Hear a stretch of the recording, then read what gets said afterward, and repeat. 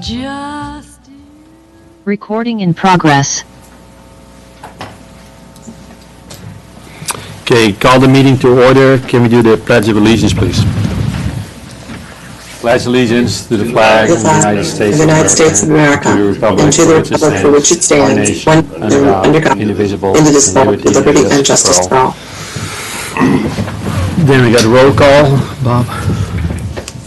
Just to clarify, since we have several meetings, I want to make sure that it's stated in the minutes that this is the Carpinteria Valley Water District. You're right, I missed that. And we'll call Director Roberts. use your microphone. Oh, I'm sorry. Thank you. Director Roberts? Here. Director Johnson? Here. Director Holcomb? Here. Director Balch? Here. And Director Van Weerden? Yes. Okay, all five are present. Okay, item 3, consider adoption of resolution 1132 proclaiming a local emergency, ratifying the proclamation of the state of emergency by Governor Newsom's order dated March 4, 2020, and authorizing remote teleconference meetings of the legislative bodies of the Carpinteria Valley Water District for the period of January 11, 2023 to February 11, 2023. I move to adopt resolution 1132. I second. Holly seconds. We got a motion and a second. Just a point of discussion. So do we need, is it going to be a problem with the expiration of AB 361 since it's through February 11th? Okay. That expires February 28th. Okay, thank you. Just want to clarify. You want a roll call? Director Roberts? Aye. Director Johnson? Yes. Director Holcomb? Yes. Director Balch? Aye. Director Van Weerden? Yes. Motion carries 5-0. Then we got item number 4, public forum. Any person may address the board of directors on any matter within its jurisdiction which is not on the agenda. Did we get anybody, Bob, online or? No. Okay, none. Then we move on. Approval items, 5A, minutes of the regular board meeting held on December 14th, 2022. I move to approve the minutes. Holly seconds. We got a motion and a second. Any more questions? Then we need a roll call, please. Director Roberts? Aye. Director Holcomb? Yes. Director Johnson? Yes. Director Welch? Aye. Director Van Weerden? Yes. Motion carries 5-0. Then we go on to item number 6, unfinished business, none. Then we adjourn the meeting of the Carpinteria Valley Water District, and we move to the Carpinteria Groundwater Sustainability Agency.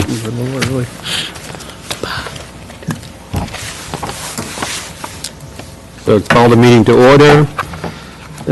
Item number 2, consider adopting of resolution 022 proclaiming a local emergency, re-ratifying the proclamation of state of emergency of Governor Newsom's order dated March 4, 2020, and reauthorizing remote teleconference meetings of the legislative bodies of the Carpinteria Groundwater Sustainability Agency for the period of January 11, 2023 to February 11, 2023.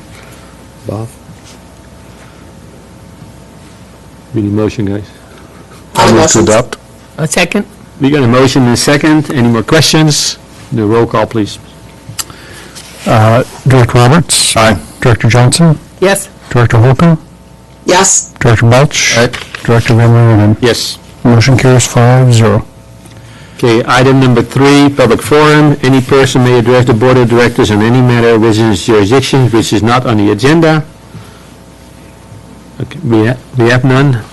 You mean you're going to be quiet tonight, Scott? All right, thank you. We'll move on to number 4. Approval items, minutes of the meeting of the board held on December 14th, 2022. We need a motion, please. Holly makes a motion to approve the minutes. I'll second.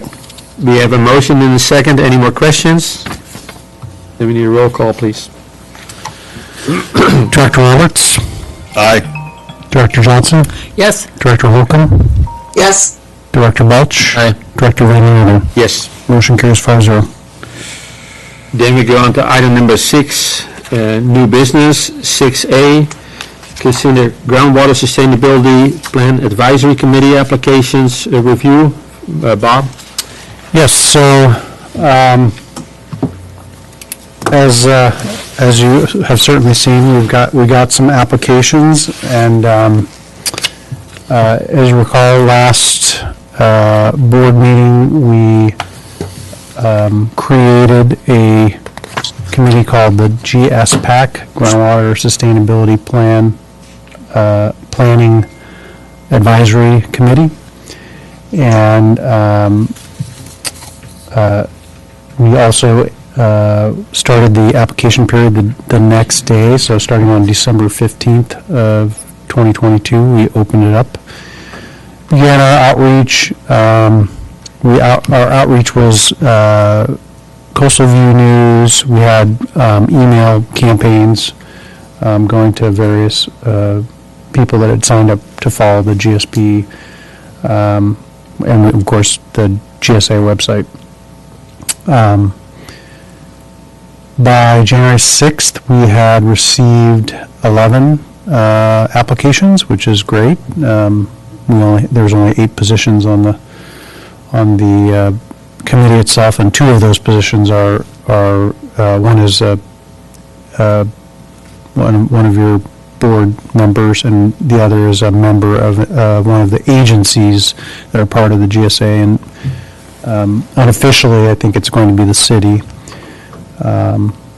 And so we have 6 to choose from the total 11 that applied. The review process will start tomorrow and go through the 25th, with the target of selection at the meeting on the 25th. And so the purpose of this item today is for me to get any direction on further information. As I said, the applications are in the packet. Go to this next slide here. You can see the summary. I included this summary table in the packet of the applicants. We did receive one late application, which I did not include. I didn't receive it till Monday, and so I think it wouldn't be fair for us to accept that application. But if you feel differently, then certainly you can direct me to. But I think we have enough qualified applicants in the pool, given what I'm showing you here. And so, as I said, our goal is to review the applications thoroughly between now and the next board meeting. And I'm looking to you as a board to give me any direction on further information. This is, of course, just a summary. If you look at the actual applications, there are statements of why these applicants are interested in being on this committee. So with that, there's no action tonight other than if you want to give me direction for further information. We can set up interviews if that's something that you'd like to do prior to the meeting on the 25th, or I can request further supplemental information from the applicants. Any questions from the board? It's Polly. Could I just make a comment? I read through all of them, and I thought, I was just shocked at the credentials. I thought they were great. So I think we're off to a good start. This is Shirley, ditto. Okay, I got a question. I noticed there's only one, Yvonne, he is both greenhouse, cannabis, and avocados. Besides that, there's no other greenhouse growers on there.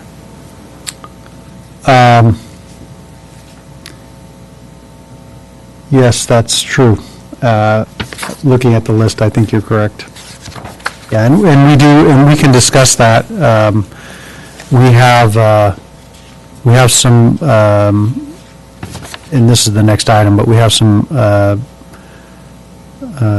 rules in the bylaws that do require a certain number of avocado growers and a certain number of covered nursery growers, just so we would get a rounded representation. So that may be a reason.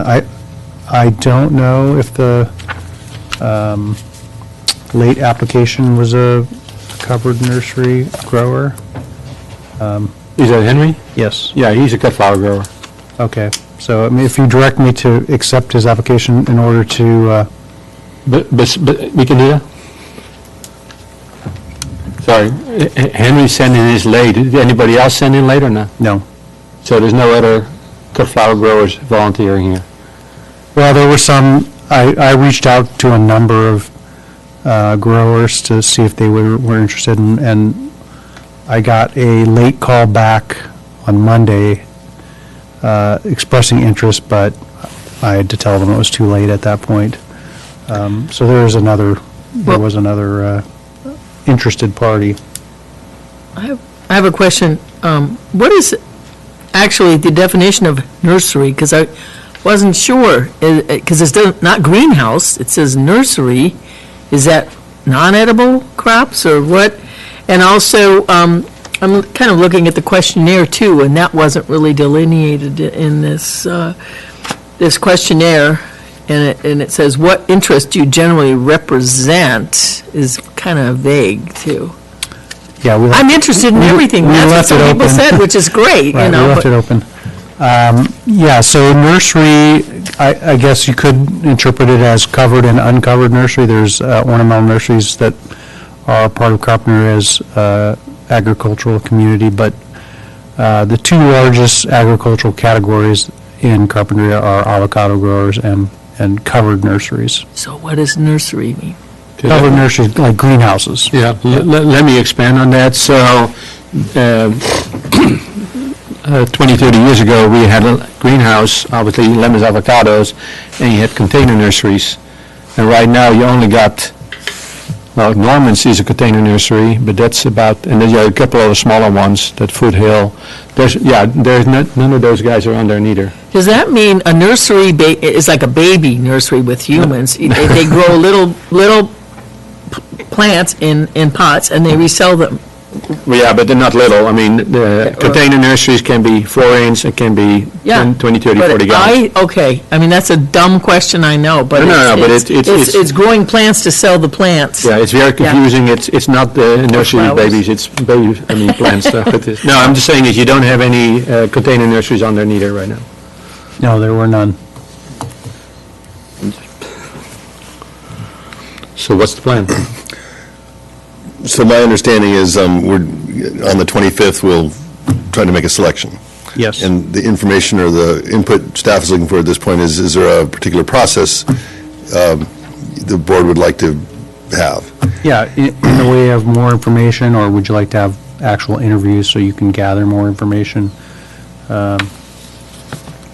Or have a meeting and narrow it down to finalists, but it's really five that, Six finalists. 6 finalists and 5 that won't make it. How would we have a special board meeting to do interviews, or would you think a subcommittee We could would do make a that. recommendation, or? No, we could do that, or we could have a series of, you could appoint a committee and do it that way to narrow it down. I would suggest that, I've seen these done before by a full board or city council, and it can be done pretty quickly, and I think, particularly if you already have your picks, and, you sort of narrow it down to the common picks, and then sort of where there's some differences, you go back and forth about why you think your picks are probably better representing the ideal. I think just intuitively that we probably want some diversity of opinion or diversity of skills or perspectives. That on the probably committee. has to be the first dividing, is the categories as designated by the DWR, and, and then it's going to be hard to choose, I think, because I think they're all great. Yeah, and then we also need a committee that's functional. So if we get too diverse or too, Well, then nobody on there is outside, that I saw, would be maybe not, I don't know. outside the panel at all. If it was, I'd be interested in I think 10-minute interviews by the board with All 5 board members. well, I'm leaning that way, I can be convinced otherwise. No, I think it would be better that all 5 board members are responsible, and then that way we don't re-explain everything when you go to committee. So that would be my suggestion. Yeah, it's probably a good idea, because people have to work together, and, Yeah, and so let me advise you on that. I believe this, and maybe council can clarify this, but I believe that's a open session item that would have to be discussed in open session. So basically, these interviews are happening under open session. Right, the same as we are right now, so that's good. What do you think about that? I don't have a problem with it. I'm not sure the applicants are aware or willing. That's the only thing. Yeah. Well, if they're not willing to do that, then they shouldn't apply, so, I'm sorry. Well, then maybe we could work out a time to have like a workshop format or interview, single agenda item meeting. I can start working on that. Okay, so then the question I have, are we allowed to go out or is Bob allowed to go out and look for any more greenhouse growers, or? Well, so, at the risk of confusing the agenda, the next item is the bylaws, which there is a section of the bylaws that speaks to this. Let me see if I can get to it quickly here. Back at page 37. And you can see 4.31 through 4.36 describes the members of the committee. So you can see 4.33, 2 members representing the interests of nurseries overlying the basin, and then 4.34, 2 members representing the interests of avocado growers overlying the basin. And then 5 is 1 member representing interests of properties located in the portions of the basin that sits over Ventura County. And so you have, and I'm going to be asking you to adopt these bylaws here next. So you have a couple of choices. We can change that, or we can go and try to make sure we have enough representative candidates so that we can fit this model.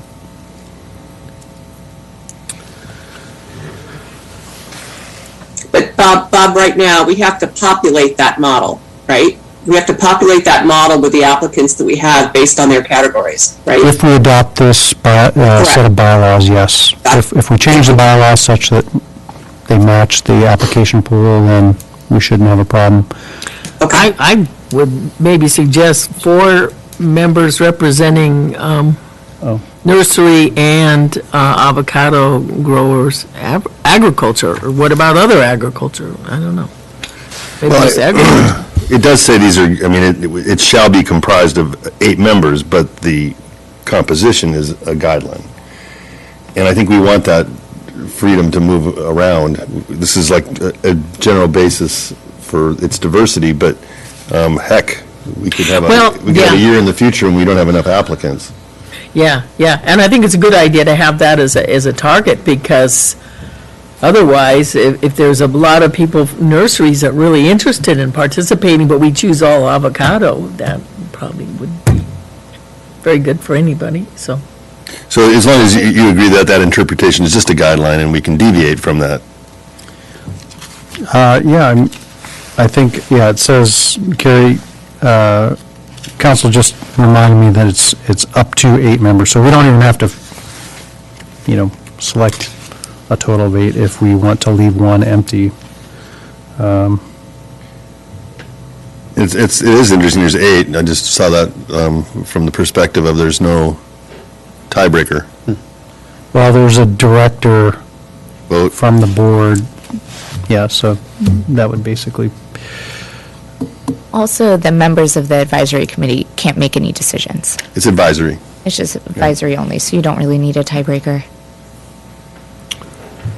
Right, Bob, so my question is, right now, you got 1 greenhouse, and it should be, hopefully there can be a balance between cannabis and cut flowers, or orchids for that matter. And if you're gonna allow any late applications, they only give you 2 nurseries then to pick from. And then you don't have any container nursery in there. I can collect applications from the 2 greenhouse growers that contacted me after the deadline, if that's your pleasure. Well, I just have a question. I mean, as far as ag, I'm not sure, maybe I just understand, is it important to have a container grower and a cut flower grower, or is it just ag that we're, or is it a non-groundwater pumper or a district water buyer, just as opposed to a groundwater pumper? Yeah. I mean, I don't know what, the diversity within ag sort of seems, they have a common interest in groundwater sustainability. I'm not sure that one particular type of ag has a greater or lesser interest in. Yeah, right now you don't have any container nursery growers on there because, and they really don't recycle their water yet because they water overhead and it goes in the ground. Most nurseries, whether it's cut flowers or cannabis, they do recycle their water, so it would be nice to have some diversity there. I mean, it is, but I don't think you're going to find a nursery container grower in the valley unless you get Mr. Norman to come in here. That's not going to happen, so, okay, so. But you can reach out to him if you want to. Yeah, so it or is- Giovanni's, I think, has, Yeah, actually, if Bob, that would be good. He's probably after Norman's, he's the second biggest nursery container grower, yeah. So, but anyhow, that's the difference between, and do you have an orchid grower in those two other applications? Yes. Okay, that would be nice, so. Okay, so if everybody agrees, if Bob can reach out to those two greenhouse growers, and then also see if Bob, Giovanni's, if he wants to, that would be, I mean, at least then the board can have a reasonable interview process. Do you want to reopen the period for applications? For this week then, yeah. I can do that, yeah. I wouldn't necessarily make it so narrow as only to those who are invited, or is this an invitation-only period? No, what I would do, just to be fair, is I would reopen the application. Yeah, I think that would be the Right, proper because thing. if you're going to ask any container growers, then I would say open it to this Friday, and then, We just extend the deadline and make it public for all comers. Yes. there we go. Yeah, and regarding further information, I'm getting educated by case here a little bit. Maybe more detail, or maybe we can get that from the interview of, in agriculture, what specifically, they actually do. Okay. Maybe there's some that do greenhouse and avocado. Not to complicate things anymore, but you don't have any outside cut flower grower neither in your applicants. Not that it matters, I mean, it matters, but it doesn't matter because there's none left, so it is. I believe Henry is an outside No.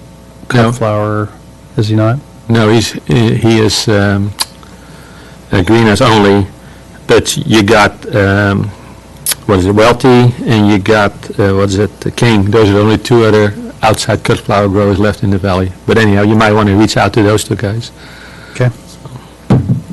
Okay. We'll move on to, do we need a motion for that to? No, I think I've received your direction, and I will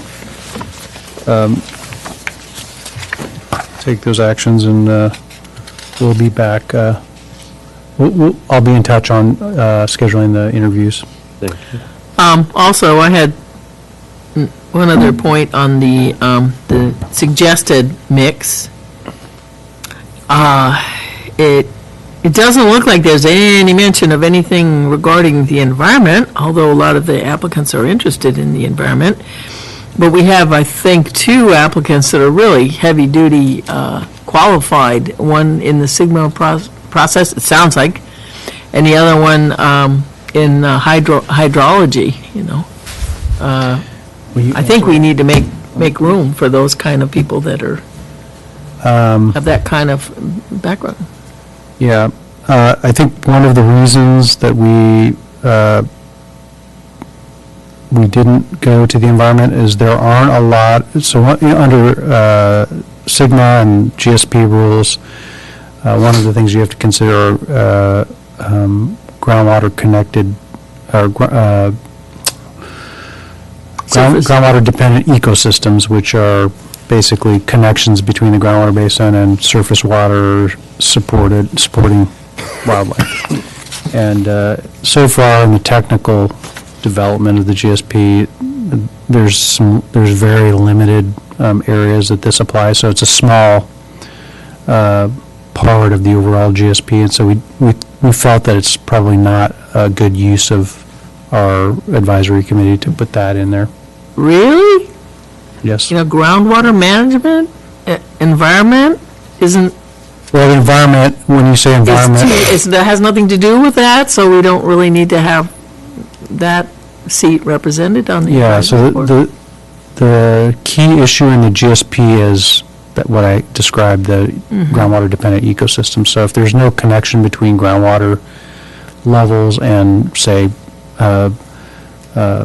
certain wetland type plants, then we don't really have much to discuss in that area. And so that's why we did include environment, do you have an environmental interest in the application, but we didn't specify that we needed to have a seat that solely represents environmental interests.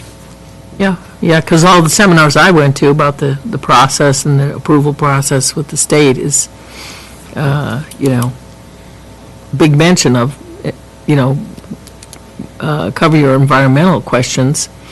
And yeah, maybe I just don't understand technically enough, because they didn't really make a big point at only if you have an intersection of groundwater and surface water. I don't really pick that up, but maybe I missed it. And we do have one of the very, very few saltwater marshes on the, on the coast of North America these days.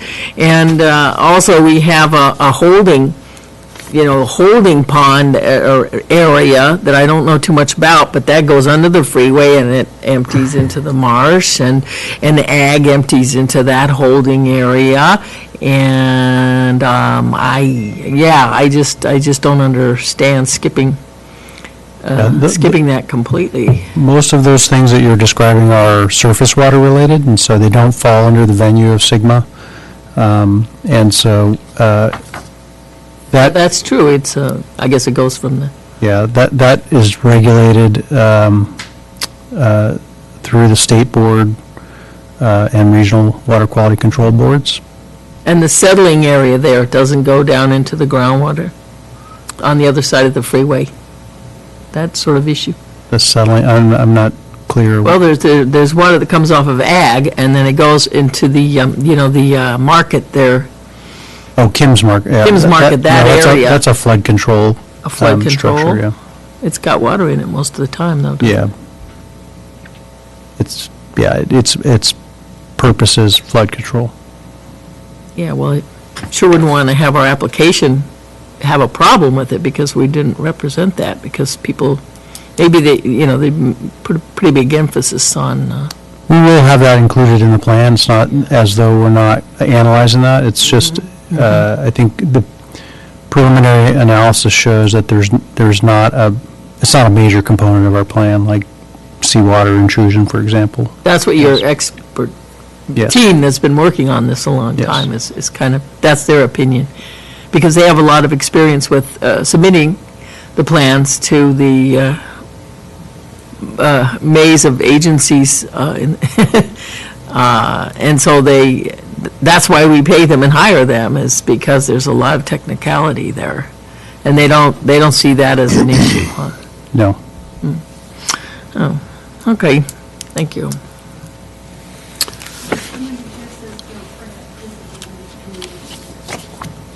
Oh. Okay. Thank you.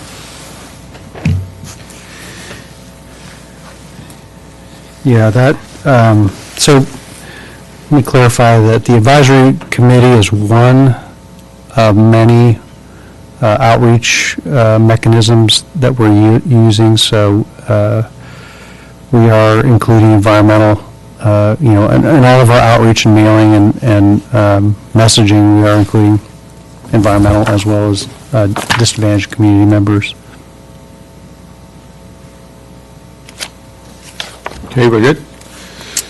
Then we'll move on to item number 6B, consider draft bylaws for the Groundwater Sustainability Plan Advisory Committee, GSPAC. Bob? Yeah, and so we've been talking about this a little bit already, but I'm going to just give you a quick highlight of the bylaws. There are a number of things, standard and unstandard, but I think the highlights from my read is that it's an advisory committee to the GSA board.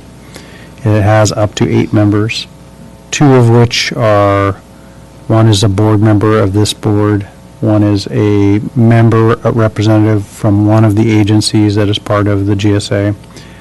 The term of service runs to the completion of the GSP, which is currently projected to be December of 2023.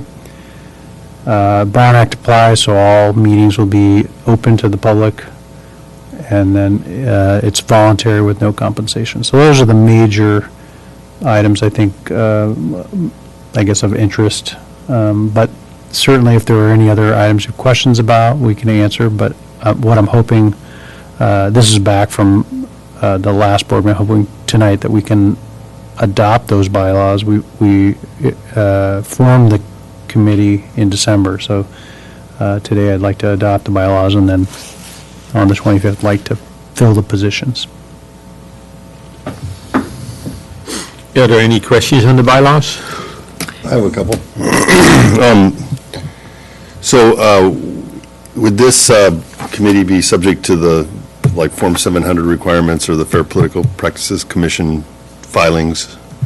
Do we want to have a provision in the bylaws that say that the committee members, under the duties and responsibilities, will comply with the FPPC's provisions, if applicable, just to cover it, so it's not a surprise? I'm going to defer to our council. So if you look at Article 13 of the bylaws, it specifically says that they're not subject to the reporting requirements. They're not going to be designated employees, but that they must still attempt to avoid conflict of interest. Okay, yeah, that's it's your opinion. I just, if we put that in there, if we put something in there that says that it'll have to comply with all applicable, then that would at least cover it should something come up or something change, or... So are you stating that you would like them to be designated and filers? Well, is that discretionary on our part? That would be... It's because they do not make decisions, they should not, they're not a decision-making authority or advisory. body. Because they're advisory, they're not generally subject to FPPC reporting requirements. And that's why we make it more advisory in Article 13 by stating, please avoid conflict of interest, but you don't necessarily have to report your interests in the same capacity. Okay, so if we're okay there, then I'm fine with it, with your Yeah. advice. And then the other one I thought of was ethics training, which is something we all do, and I think that would be a good idea. I agree. So we want to add that to that then? I mean, Under duties or somewhere where... Would you like to add that to the bylaws? Yeah, the board's discretion. on Article 13, I would add it to Article 13 then. Or under responsibilities, shall complete a ethics training course compliant with what we all have to do. Well, I don't agree with that, just my opinion, that we don't want to put too many hoops and obstacles and things and hassles for volunteers that are not being reimbursed in any way, and I'm just trying to think of, conflict of interest, what other ethics there might be involved. There's, And I just Gotta take the I don't want to throw too much red tape at it. That's all, my opinion. so per the bylaws, the members of the committee are specifically subject to the Brown Act. And so the mandatory trainings, the two types that I think you're referring to, are Brown Act provisions, and so they would be subject to those trainings. The law itself is really wishy-washy if you look at the definition of legislative body and who's subject to it or who isn't. But pretty much every set of bylaws that I've looked at for citizens advisory committees, not decision-making committees, but advisory committees, provides that they are subject to the Brown Act, which would mean it's mandatory training provisions.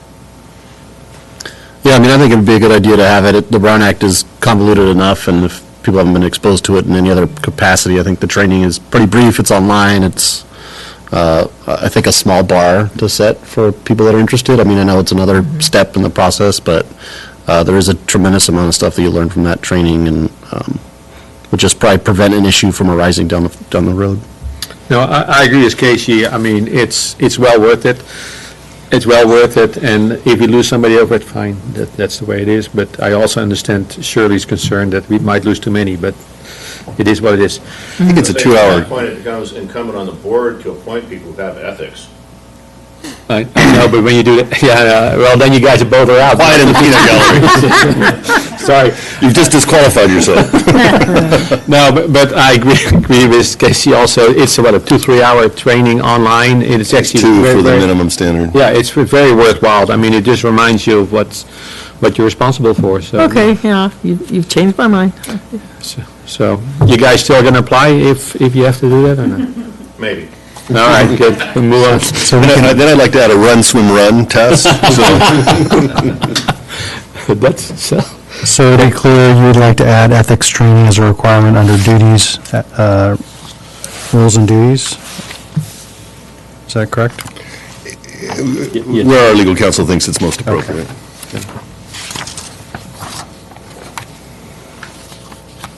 Polly, are you okay? Yeah, I'm fine. I agree with you, Case. I completely understand Shirley's point, but if it's just the minimum of these 2 trainings, I'm fine with that. Okay, so then if everybody is in agreement, can we have a motion, please? I would make a motion to adopt the bylaws pending the very addition that we just discussed.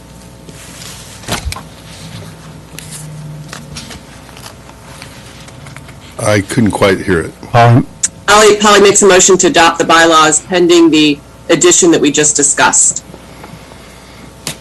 I'll second that. Okay, we have a motion and a second. Any more discussion? Then we need a roll call, please. Director Roberts? Aye. Director Johnson? I have to say no. I would just really like to see the environmental issue better represented. But otherwise, I have no other problem with it. Director Holcomb? Yes. Director Belch? Aye. Director Van Wieren? Yes. All right, motion carries 4-0, and I want to have a point of order here. Is it valid? I need to take another look at Okay. the CGSA JPA agreement. Okay. So we will have to get back to you whether that passes or not, because I think there might be a stipulation, although this is the second hearing. So I believe we don't need a unanimous vote. Second hearing, but the first was not for action. That's correct. Yeah, that's where I'm having an issue with Okay. it. But we'll get back to you whether it was passed or not. Okay, thank you. Well, actually, you'll get back to us in there, but Shirley, what is your concern as far as, I understand the part about the environment, but we more talk about the larger GSA document that Bob was explaining. I think when you do your interviews of these advisory members, I think you'll get a pretty good idea of, where they're all at as far as, environmental responsibility. So, which area do we need to resolve? That someone is primarily representing an environmental interest or specialty. In other words, if you have a business, and yes, you care about the environment, because we have good business people here, good ag people here, I'm sure there will be. But the idea is to have someone who is outside of the business end of it, to have input on the whole groundwater basin management. But are you talking about the advisory committee or the document in general?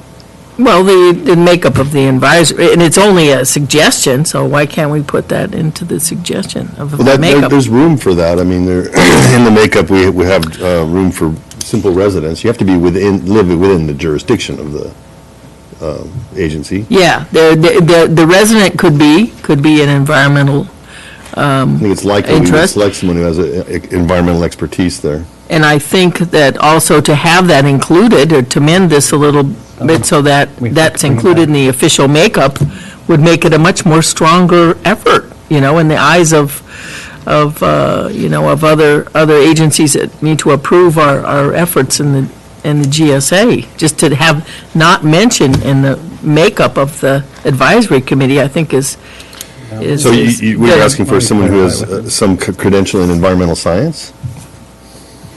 Well, how did they term it in the DWR verbiage? Because I know they mention it a lot. How did they, I know they have disadvantaged communities, and they have, Yeah, they list a number of stakeholders. but they have a way of listing that regarding the environment. Yeah. And in other words, it's someone that doesn't have a horse running in the dollars and cents, end of the groundwater basin, but they have an interest in maybe the overall sustainability, and I'm sure a lot of people that have a dollars and cents interest also have that concern about the sustainability, but sometimes big corporate doesn't. They have a business plan, and they make their money back in 10 years, and they don't care what happens after that. And we can certainly. Because we have some people here that do, I think it'll make it a stronger document to include some verbiage, and I'm not sure quite how they. Well, let me be clear. Environmental under the umbrella of Sigma refers specifically to groundwater dependent ecosystems. If you're talking about sustainability as an environmental issue, I think you're basically using environmental as a replacement for the idea of sustainability, which is the top interest of the GSP. In other words, the whole design of Sigma and the GSP is to make sure that what you end up with is a plan to either reach sustainability or maintain sustainability, depending on whether you're there or not. And so the advisory committee won't really be advising on whether or not we should comply with Sigma, but more so what's the best combination of criteria, potential future management actions, and potential future projects that will get us there. That can be a different mix. So whether or not we reach sustainability within the time frame required by Sigma is not a question. It's a requirement under Sigma. Mm-hmm. So so as far as like a more broad use of environmental. Well, I'm trying to think of a definition you might, and nobody's applied, and from that sector, you could say a member or an officer of a nonprofit environmental, organization like Greenpeace or something like that, or I think that's too specific. I think that, I see your point, Shirley, but I also see what Matt said. If you, going through those bylaws and going through the number of seats in the categories, there's plenty of opportunity. We've already seen the interest in the environmental side, which is there anyway. I think if you start to carve out a seat of environmentalists, then you get into the area where Bob was saying, where it might not even fit what the overall goal is. So I get your point about making it as strong as possible. I really do. I just think that as we go through this and reading through those credentials of these candidates, there is a lot of environmental interest there, and I think that's going to be a foundation anyway. I think if you start to specify Greenpeace, then you're getting into environmentalists, activists. This is an advisory group that we want to be as diverse as possible, but if you leave a seat so specific for a certain kind of environmentalist, I think I'm not sure that that's wise, and I don't think that's a great idea, but I definitely see where you're coming from. I just think that if you look at these things, and based on our discussion, there's going to be a lot of environmental interest there anyway to the objective of the groundwater sustainability. Yeah, because there's many issues of, including the recycling, injecting that back into the basin. There's discharge. All the members of the advisory are discharging water in one way or another, and it's, some of it seeps into the groundwater, some of it doesn't, I guess, you know. I'm just saying that Greenpeace in your example that's a little bit too narrow, and I didn't say Greenpeace, I said environmental, non-GO, non-government organization, right. nonprofit. Sure. I just don't know how to how to identify them, actually. Right. Someone who, it looks like we have some applicants who have technical background in hydrology and stuff, so. Right. And I would say it's incumbent on the Right. board when we make our committee member selection that we Yeah. consider that very seriously. what you're Right, saying. right, and I think you see that sprinkled through the bylaws and the credentials of the people that we're looking at, too. I really do. Yeah, I think we have a really good And I start, support so, that yeah. I really would. I agree with you. I think we have a agree with really you. good start, and the no, people that are applying, I just make the point that it would make it a stronger document and a stronger effort, both in actuality and also in the review process of the DWR and whoever else is reviewing it. But I won't. I will change my vote to yes, to not hold up the process if nobody else Thank wants you. to, include this. Yeah, But you I don't know that you can do It's that. going to come back and bite you. I We know. can put it up for vote again. No, I don't believe so. No, the decision has been made, so we have to bring it back to the next meeting. Okay. Fair enough.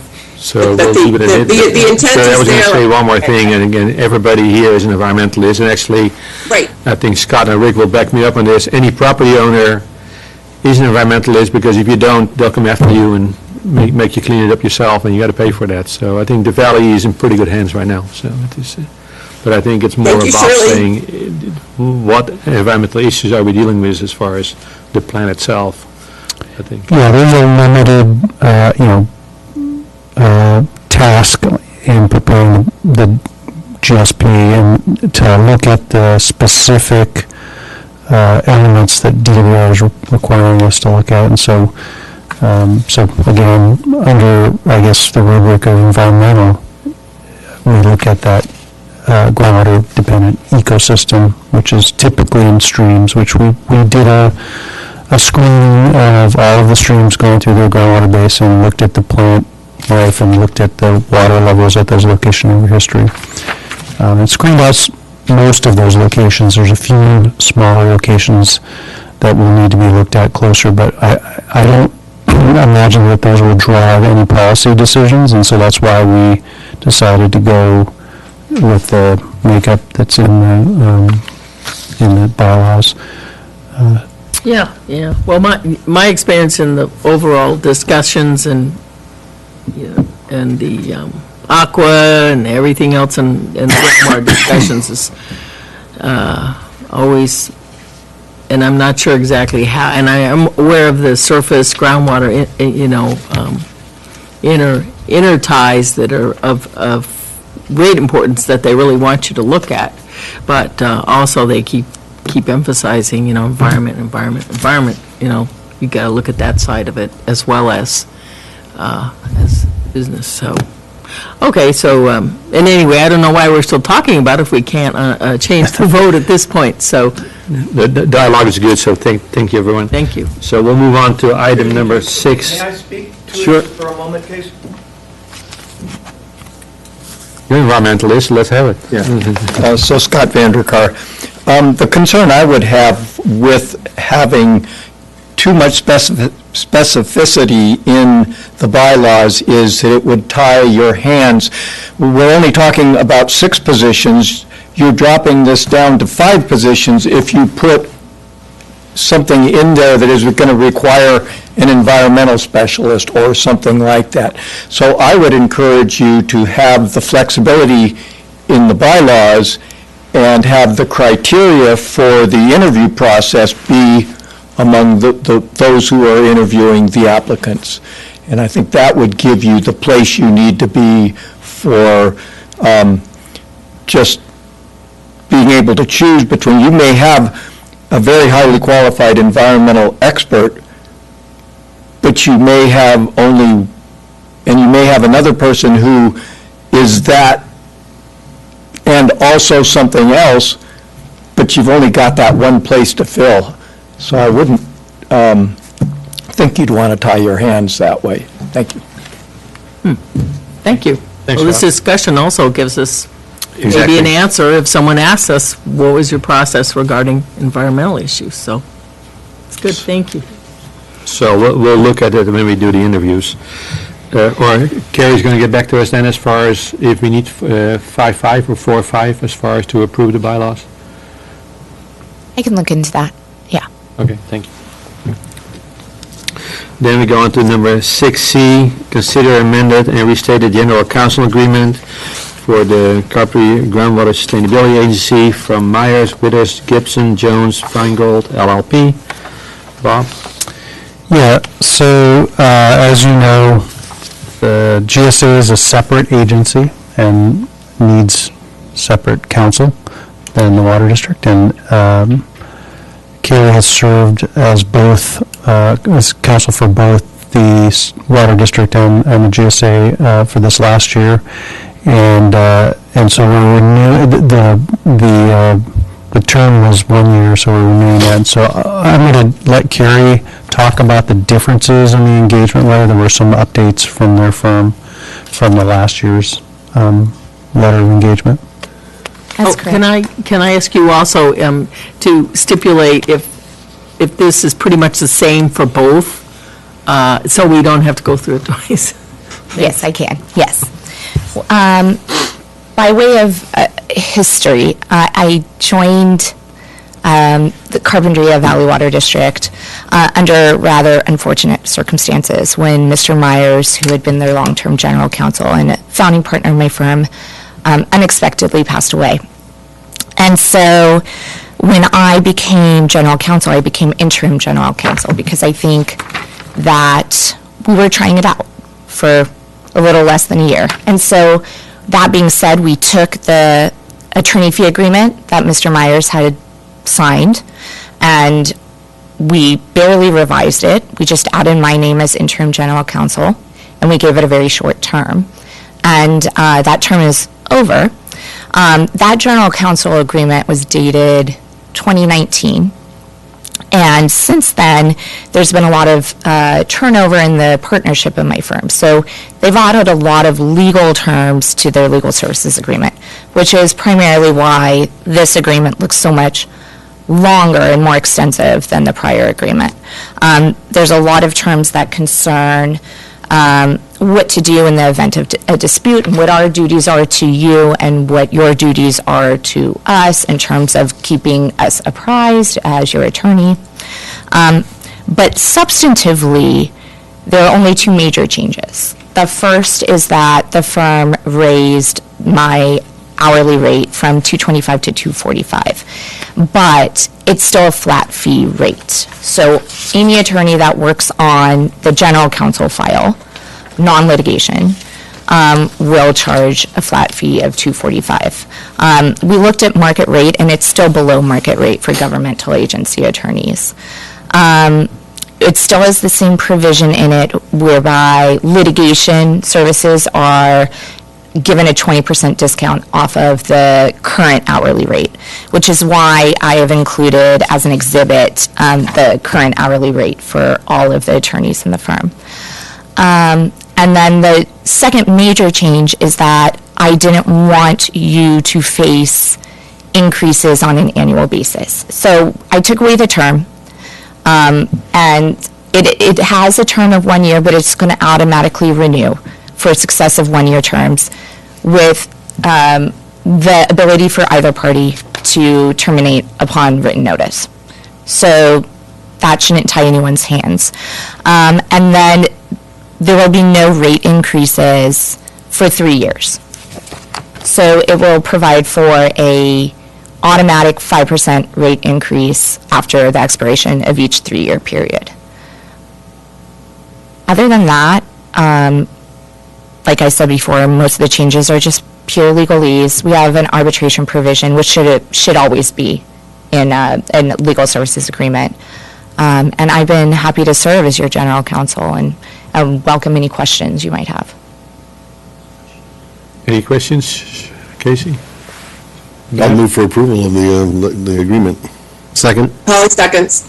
Okay, we got a motion and a second. Any more questions? Then we need a roll call, please. Director Roberts? Aye.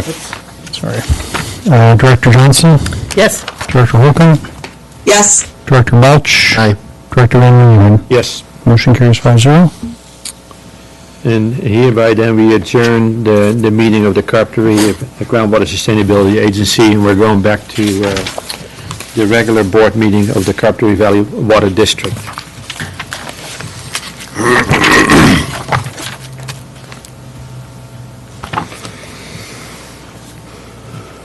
Okay, then we got item number 8A, appointment of temporary chair. Bob? Let me find the right agenda here. All right. I accept. Good.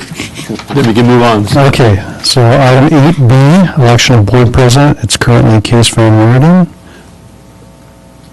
I'm looking to the... I renominate Case. I second it. Is that, did you want to serve again? Yeah, no, I like the abuse, so we're good. Go ahead. I don't know if there's others who would like to serve. Volunteer, okay. Polly? How long have you been in I'm a good. full 2 years, though? I'm nominating Case. No, I started last. Yeah, so No, no, you should we're continue. still in baby steps here, Matt. So. Okay, so... I second. So I heard a nomination / motion from Director Roberts and a second from Director Holcomb. Is that right? Yeah. Okay. Yes, on item D. President, yeah. Do we take them separately, or we went through all of them? We can do it as you'd like, but we'll see these two separately, and then I'll cede the chair back to you. Got it. So we got a motion and a second. I'll go ahead and do it. We have a motion and a second. Oh, sorry. So I'll call a roll call. Director Roberts? Aye. Director Johnson? Yes. Director Holcomb? Yes. Director Belch? Aye. And Director Van Renen? Yes. All right, motion carries 5-0, so So now thank I you, get- President Van Renen. Okay, now I'll continue. Let me just get the vice chair, and then I'll seat it back. So moving on to item 8C, election of the board vice president. So I'm looking Polly for a nomination. nominates Shirley. We can hear Polly you. nominates Shirley. Okay, I have a nomination for Director Johnson. Does Director Johnson accept the nomination? Yes. Okay. I move we close nominations. So that's a second? Is that a second? Isn't that how we're supposed to do it? We're supposed to have the nomination period and then close nomination. Okay. All right. Okay, so So, I know it's hard. All right, so I have a motion and a second, or a nomination and a second, so I'll do the roll call. Director Roberts? Aye. Director Johnson? Yes. Director Holcomb? Yes. Director Belch? Aye. Director Van Renen? yes. All right, congratulations, Director Johnson. So I'll, at this point, cede the chair back to President Van Renen. Okay, thank you, Bob. So we're on item number 8D, consider appointments. Then do we take these separately or all lumped together, Bob? I think we can probably take items D through H together, but I do want to make a special revision to the listed items here, and that is item 4C under attorneys, where it's a special counsel groundwater and Sigma. I'd like to strike that from any motion. And the reason is we had general counsel, special counsel for groundwater prior to the formation of the GSA, and so we're going to strike that for now and sort out how we want to go forward in the next, in some other future meeting. Well, I'd be happy to make a motion to approve as presented in the agenda, item 8D, E, F, G, and H, with the exception of 4C, which is not included in my motion. Polly seconds. Okay, so we have a motion and a second on D, striking D, 4C in D. Then agenda item E, F, and G. Any more discussion? Then we need a roll call, please. And H, just for point of order. Sorry, okay, H, right? And roll call Director Roberts. Aye. Director Johnson. Yes. Director Holcomb. Yes. Director Belch. Aye. Director Van Reenen. Yes. All right, motion for those items carries 5-0.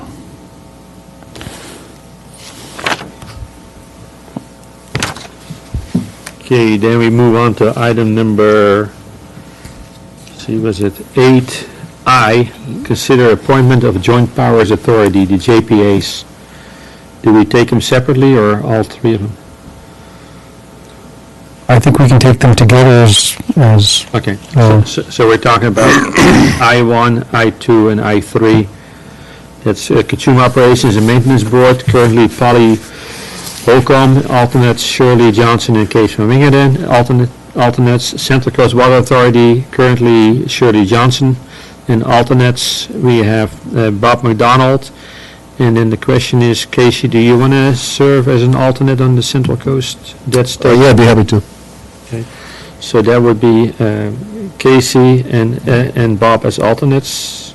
Sorry, alternates is Casey and then Bob McDonald. And then we got the ACWA Joint Power Assurance Authority. And right now, the JPIA is Matt Roberts, alternate Polly Holcomb. Let me interject there. Case, I probably should take myself off the alternate right now, that they're meeting in person just because of my elderly parent obligations, making my mobility an issue. Okay, so who wants to volunteer for the alternate for the ACWA Joint Powers Assurance Authority? How many meetings a year is that? 2. Is it 2? I can fill that spot. Okay, thank you.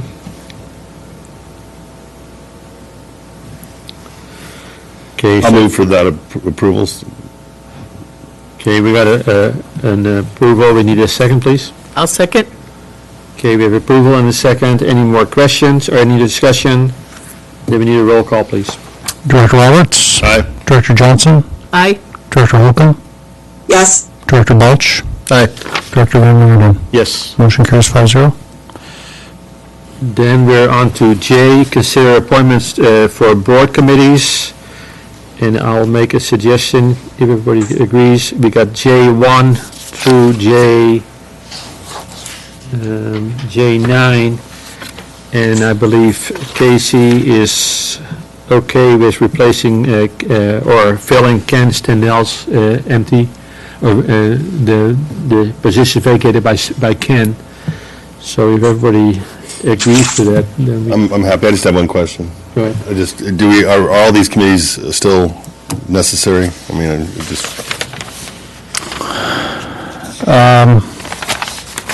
it's great if they are. I just thought I'd ask that I question. believe they are, yes. Okay, good. Any other questions? That's a good question. Okay, if there's no other questions, then we need a motion in a second, please. I'll move to approve the committee assignments. Second.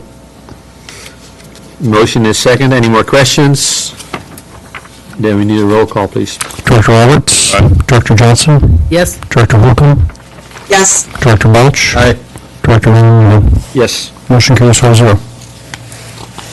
So then we move on to item number 9. We adjourn to the annual meeting of the Financing Corporation. Everybody? Okay. We're doing good. So I'm calling the meeting to order for the Finance Committee Corporation. And item number 2, consider adoption of Resolution 113 proclaiming a local emergency, ratifying the proclamation of state of emergency by Governor Newsom's order dated March 4, 2020, and authorizing remote teleconference meetings of the legislative bodies of the Carpinteria Valley Water District for the period of January 11, 2023 to February 11, 2023. I'll move to approve Resolution 1133. Second. We got a motion and a second. Any more questions? Then we need a roll call, please. Director Director Roberts. Aye. Director Johnson. Aye. Director Holcomb. Yes, Director Welch. Aye. Director Van Hulen. Yes. Motion carries 5-0. Then we move on to item number 3, public forum. Any person may address the board of directors on any matter within its jurisdictions which is not on the agenda. No one, so we move on to item number 4, approval items. 4A, minutes of the Finance Corporation meeting held on January 12th, 2022. I'll move for approval. Second. We got a motion and a second. Any more questions? Then we need a roll call, please. Director Roberts. Aye. Director Johnson. Aye. Director Holcomb. yes, Director Welch. Oh, very well. Aye. Director Van Hulen. Yes. Then we got item number 5, election of officers. So right now, we have myself as president, Shirley as vice president, Bob as secretary, and then chief financial officer, Norma Rosales. Do we have a motion for that? So moved. Second. We got a motion and a second. Any more questions? We need a roll call, please. Director Roberts. Director Johnson. Yes. Director Holcomb. yes, Director Welch. Aye. Director Van Hulen. Yes. Motion carries 5-0. So is Norma available or by Zoom or? No. Okay. So you're taking that one, Bob? I can take this one, yes. Okay, so the schedule of debt service. Yes, so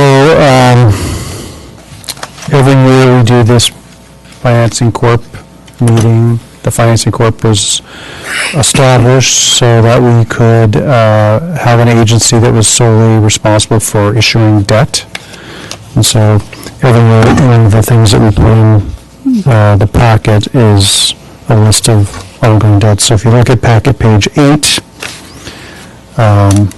there's a list of debt and debt-like obligations. Again, the purpose of the Financing Corp is really to issue public debt, but there are listed on here other debt-like instruments that are either government debt or lease purchases to private companies. So you can see there, as of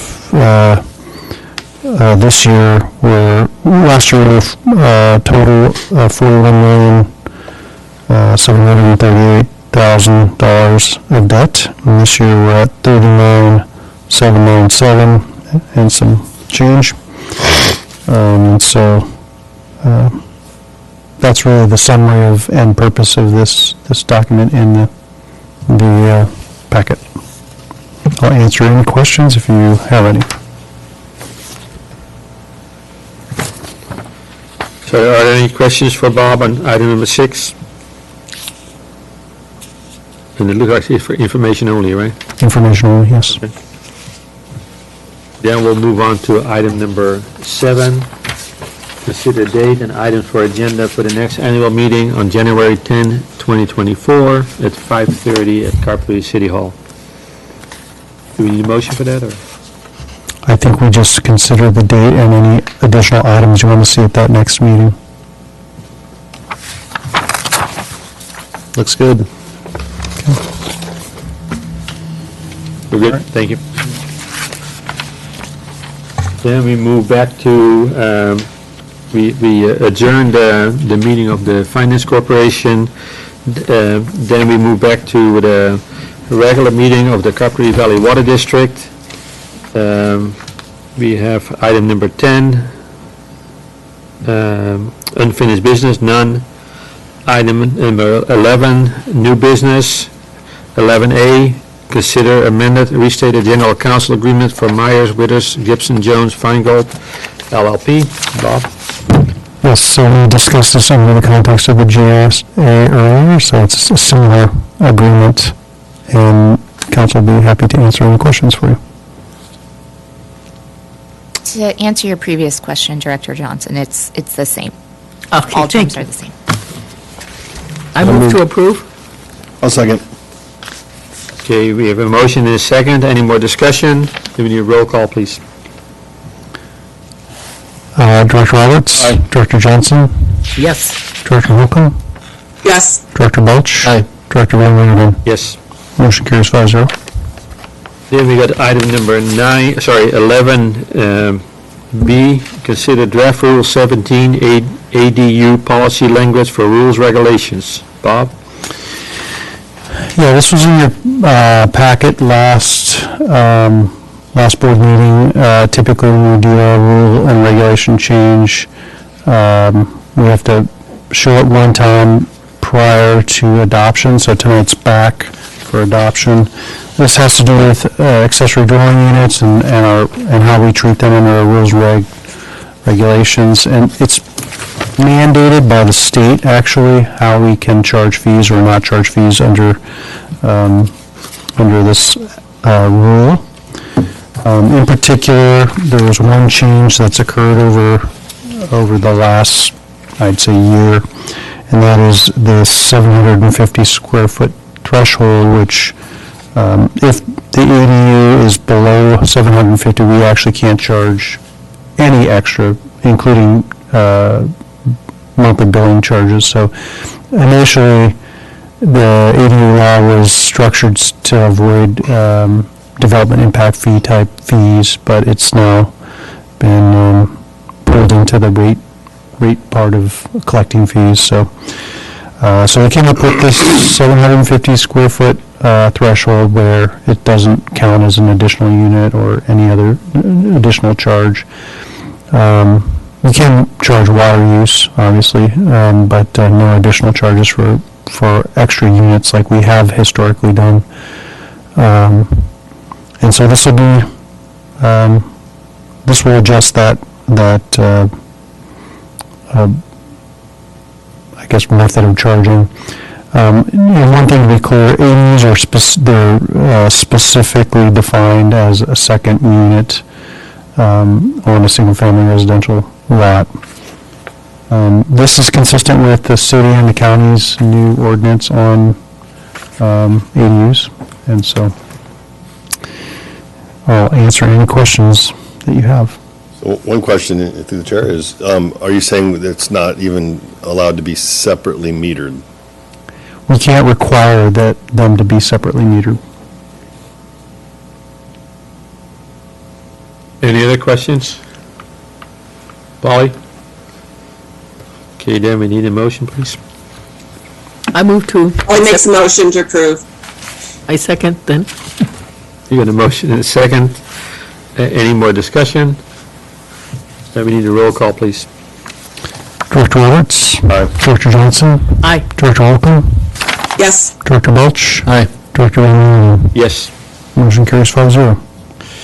Then we go on to item number 11C, consider resolution 1135 for approval of making commitment and publishing reports required by the Carpinteria County Water Agency, resolution 92-2 and 92-11. Bob? Yeah, this is housekeeping to some degree. This is a requirement of bringing the State Water Project to Santa Barbara County, and that we adopt a resolution making certain findings every year.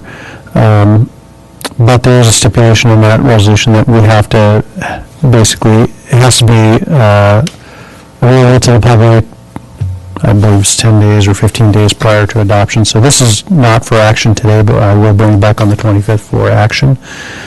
But the gist of the resolution and the findings is that we have to make a finding that we're not required to take state water in lieu of groundwater if we're in overdraft. It's not very clear what they mean by overdraft in that resolution, so historically, the way that we've addressed that question is we've addressed it over a long term. In other words, if we look at the long-term picture of whether we are balanced or in overdraft, and we can answer that we are not in overdraft, then we make the finding that we don't need to take state water in lieu of groundwater. I think it'll be interesting. This one will slip under the old method of how we define overdraft, and next year will be interesting because it will incorporate the findings of the GSP, which may may be different than our historic method. But for this year, I believe that we can state that we are not in overdraft. And not only that, I want to say that we really, until yesterday or the day before yesterday, we really, when I drafted this, we really had no choice but to take state water. We were actually taking more than our allocation of state water by purchasing supplemental water. So. Any questions for Bob? Yeah, I have a question on packet page 33. I just want to make sure this isn't an addition error, because I'm not really quite sure how these, the numbers add up. The one page has to do with the next page, but is that district long-term average 1,455, private pumper 3,005, and so if you take that away from the 4,000 annual safe yield, it comes out to minus 460, not 455? Yeah, you're right. That is an error. There's a 5 acre foot error. Yeah, okay, all right, well, need to amend that then. Okay, yeah, we do this every year, right? Yes. Yeah. Any other questions for Bob? Bob, so basically what they're saying is, as long as you're not in overdraft, you're allowed to decline state water. Correct. If you have a choice to make between groundwater and state water. Right, but you like to get state water. Well, it's I don't necessarily like taking state water. It's a more expensive supply, but depending on other factors, we may choose to take state water. Okay. Thank you. Thank you for clarifying that. I didn't know. Then we move on to item number 11D, consider approval of resolution 1134 concerning inventory of district land and airspace. Bob? So this is, well, let's see, did I forget to put that in there? I guess I did. I don't have the list up here. I thought I put it in my slide deck, but in your packet, there's a list of properties, and this is the same as every year. This resolution is required, I believe, under the government code, and it's basically making a determination that the land holdings that the agency has are not surplus, and so we list all of the land holdings. There is one new piece of land that we incorporated this year, which is the land donation that we considered last meeting. So that has been added to the list of parcels. So if you have any other questions, I can answer those. I'll move for approval. Second. That's resolution 1134. Okay, we got a motion and a second. Any more questions? Then we need a roll call, please. Director Roberts? Aye. Director Johnson? Yes. Director Holcomb? Yes. Director Balch? Aye. Director Van Yes. Motion carries 5-0. Thank you. Then we go on to item number 11E, discuss December storm updates. Bob? Yeah, so it's interesting. When I put this on the agenda on Wednesday of last week, conditions were quite different, and I was actually talking about the December storms which were mild compared to the more recent storms. But I'm pivoting a little bit and putting a little more focus on the more recent storms for this report. So as you know, we experienced a atmospheric river type storm on January 9th, and it was quite significant, particularly for Carpinteria and Montecito. And you can see here, this is a hydrograph of rainfall hourly over the January 9th period at the Edison Trail, which is just in the foothills north of Carpinteria Valley. And you can see around noon, a little bit before noon, around noon, we had about an inch an hour of rainfall, which is significant. And at that point, leading up to that point, there was enough rainfall to saturate the ground such that the runoff was significant in all of the creeks in Carpinteria. And so I believe the city went into, called the EOC into existence or into establishment for that storm, as well as the county. And the district had staff that was, operations staff that were standing by for issues related to any facilities that might get damaged. The other effect was on Lake Kachuma, and this lags a little bit. You can see that January 9th was probably at the very bottom there of that curve. This is the volume curve for Kachuma Lake. Was probably lagging by maybe 4 or 5 hours behind the storm. So this is the runoff dependent volume curve. So you can see late on the 9th, we started to see some rising of the volume, but then significantly late in the day, it really took off and continued to rise all the way through Tuesday, and continues to rise today. And it's on this graph, it's hard to see the numbers on the left, but at the very top, the 183,000, that is the spilled volume. And so it's around, I think today I looked earlier, it's around 170,000 acre feet. So it's pretty close to spilling. And, just to give you a sense, it was prior to that storm around 60,000 acre feet. So it more than doubled in volume over 10 hours, which is kind of mind-boggling. And so that had a huge impact on the San Ynez watershed. All of the other reservoirs, Gibraltar started spilling earlier, as well as Huncal, Jameson Lake, all started spilling. So this is a curve that the county flood control puts out prior to storms, and basically they're trying to predict when the reservoir will hit the crest and need to start spilling. And so on this chart, you have this purple line, which is the predicted storm intensity, and then you have this red line, which is another site that they verify, this first curve. It's called Robinson Building. And then you have the projected reservoir elevation, which is this dark purple line. So you can kind of see it matches the same shape as the curve that I just showed you, which was actual. And so we're what's the date today? The 11th. So we're about here on this curve.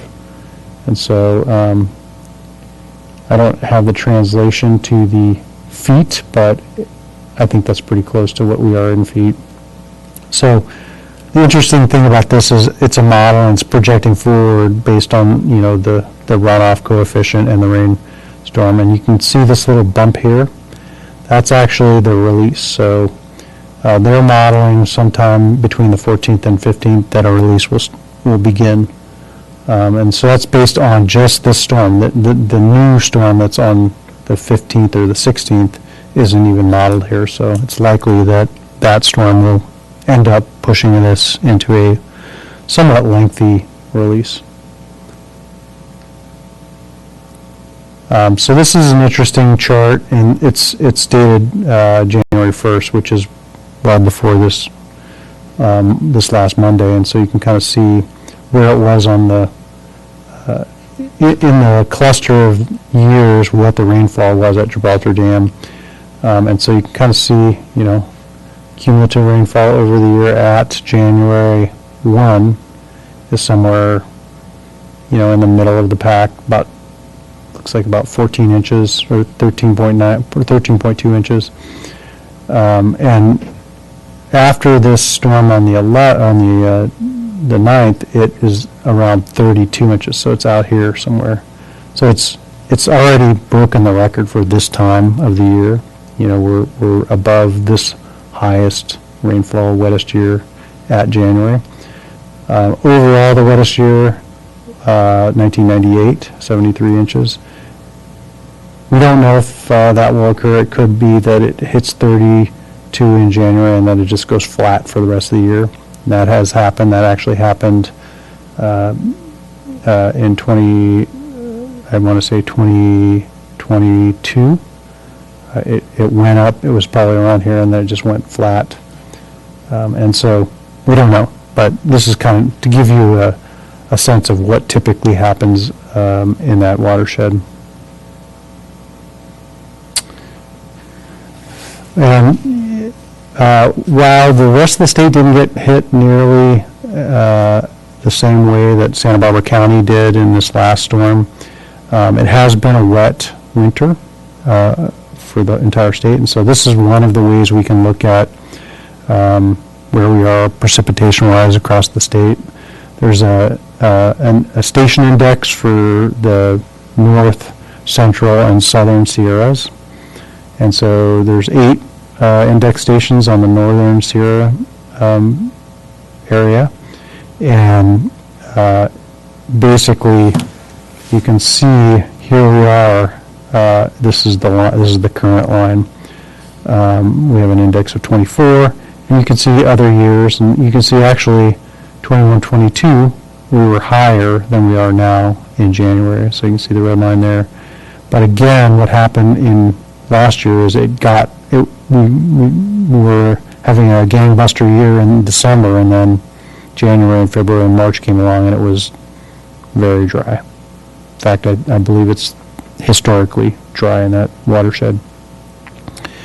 So we don't know, again, what will happen here. This is as of January 7th, again, before the more recent storms, but those storms wouldn't really have much of an effect in this area. So, but to date, we're at about 119% of precipitation in this watershed.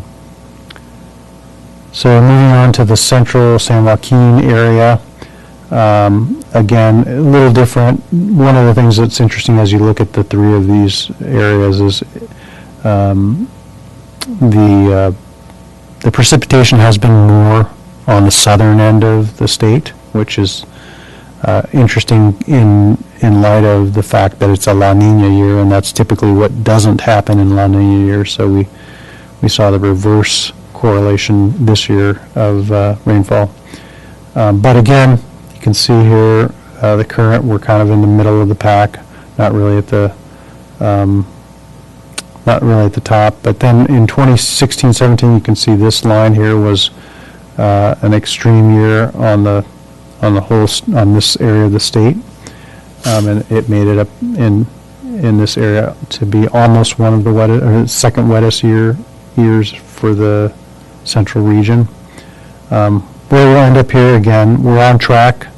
We're definitely not down here, which is where we were in 2021, but we're on track for a better winter. But again, it's hard to tell what will happen. You know, a lot happens between now and the end of March, I guess is what I'm trying to say. But on average for the state, 162% of precipitation. And then finally, the southern 6 station index. You can see a little bit more elevated than the previous 2. We're tracking right along 82, 83, which is the second wettest year, and I guess the first wettest year. Again, hard to tell what will happen from here. But here we're about 205% of average precip. As far as the drought monitor, has not been updated. Was up, last updated in the 3rd of January. I heard Eric Bolt speaking this morning about this being updated next week, so it should be significantly different. But there is an improvement from the start of the water year. We saw the areas that were in severe and extreme drought some of them moved out, over here is the current. Some of them moved out into moderate drought. So it does show a statewide improvement, but it remains to be seen what happens by the end of the year. And then this is a familiar chart, and this was released today, the 11th. And I just wanted to put this up here because it illustrates kind of what happened in one day. And that is, we hit, in one day we basically, I think we got half of the rainfall, or maybe even more than half the rainfall for the entire year. So we're currently at 98% in the Kachuma for the entire year. So if it doesn't rain at all, we've hit our average. We know that it's going to rain, so and to date, it's 267% of normal by this time of year. So normally we get most of our rain in February and March. Carpinteria, similar, 194% for this time of year, but only 74% for the total year. So hopefully we will get additional rain and we'll make our average and maybe even then some. But again, very encouraging numbers for our local watersheds. As we talked about, Kachuma jumped from 30% to 81% or 82%. So significant refill there. I wanted to talk also a little bit about some of the operational things that we experienced. We did, during the night of January 9th, we were very concerned about Royal Paragon Creek, where it crosses the South Coast Conduit. The South Coast Conduit is upstream of the bridge and unarmored, and that was something that we, back in, I don't remember what year it was, but whenever Caltrans replaced that bridge, we commented that we wanted to armor this pipe, and Caltrans wasn't interested, and so we weren't able to get it armored. So we were very concerned about that pipe, being exposed and maybe undermined and potentially being struck by debris. We had staff out there part of the day and part of the night. We were coordinating with Kachuma Operations and Maintenance Board to make sure that we had a procedure in place to shut down the conduit if needed, if we saw pressures dropping on that facility. Fortunately, we made it through, and we didn't experience that. I went out and looked at it today, and it is what it appears to have done is it's depositing a lot more sediment and debris than it was scouring. So as far as whether the pipe was exposed, it was not. But it did look like there was a lot of debris stuck on the upstream side, and the bridge had been overtopped with water and mud. And I'm guessing that that's going to be a condition for a while until a lot of the debris and material is washed away from the earlier Thomas fires. But I guess the good news is we ran through a procedure, so we have a plan now if that is ever a problem. One of the highlights was that this new line valve that was put in maybe 4 or 5 months ago at La Mirada would have been instrumental in isolating that section of the conduit had it been breached. So that's all. And we had a tree fall down in our yard, which we'll be removing. But overall, we got through without too much. Yeah, it sounds pretty successful, actually. Yeah. I have a question. Remind me again, we have that line that crosses the mouth of the marsh. Is that active, or? No, it is not. So that's just an empty pipe? It's an empty pipe, valved off on both ends, yeah. And we keep it there for any reason in particular? More because it's difficult to remove than anything. it is identified in our capital projects list to remove it, but we haven't been able to move forward on that. So you're just waiting for the big enough storm? Well, it's interesting. It goes through periods of being suspended to periods of being completely. I think I have a picture of it. Yeah. From, Tuesday. Okay, well, we'll take a look at it again. I know you told me before, I just didn't remember, and I thought it was there only on a emergency basis or something, but. Yeah, the permits to renew it are extensive, and that's the reason why we've been reluctant to get into it. Enough said, thank you. Any other questions? Thank you, Bob. Other than thank you. Actually, are we going to get an allotment now for this year from the Lake Achuma? I hope so, but there's no official Word yet, but how about, do we have any storage left from last year or not for carp? Yes, so, thank you for, that's a good reminder. We do have a carrier of about 2,800 acre feet of water in Carpinteria Reservoir that we've been, saving for next year's drought, which appears that it won't be as bad as we thought it would be. And if the reservoir does spill, we will lose that carryover. We'll have a period of what they call surplus, where we can take water to offset those losses. Whether we would be able to recover those, I don't know. I doubt it, since the demands are not that high. Unfortunately, it's a gamble that we take when we carry over water. But we really don't have a choice when we're in drought conditions. Hey, I had a question, real quick. Okay, hey, Bob, so do we know yet, or Shirley, what this could mean for the state water allocation going above 5%, given how much Orville's gotten? We don't know, and we have an operating committee tomorrow morning, and I think we'll be discussing that, but there hasn't been any official release. Okay.